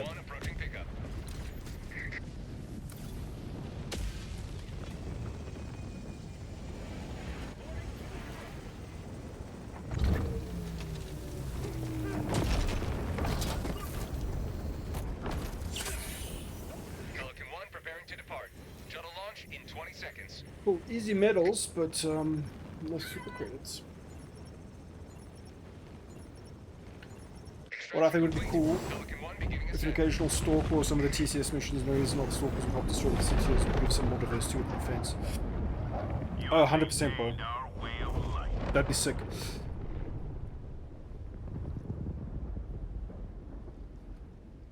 I can't remember just him. I didn't even know the Tesla towers could do that in Reload. I miss the OG Command & Conquer, bro. Those like mammoth tanks and orcas and obelisks and shit. Yeah, Command & Conquer went hard back in the day. Oh, it was so good, dude. Bro, I wouldn't mind liking Star Citizen if there's like a planet or a system that was like full of like bugs that we need to exterminate. Yeah, dude. Colonize. And they tease us, bro, with that inside Star Citizen with the pterodactyl type things. Birds. Yeah, Yeah. dude. Like what is like? I think what I really hope is that they surprise the fuck out of us, dude. It's just like, okay, cool. Oh, by the way, in this patch, all this you know, all these creatures are like now live, right? You know what I honestly think? Since like there's like the bacon system and Spartan 42 and a couple of other systems, Like for me, like those systems are like complete, right? And I think like once we get to like 1.0, we're gonna get those systems. Oh, dude, it'd be so good.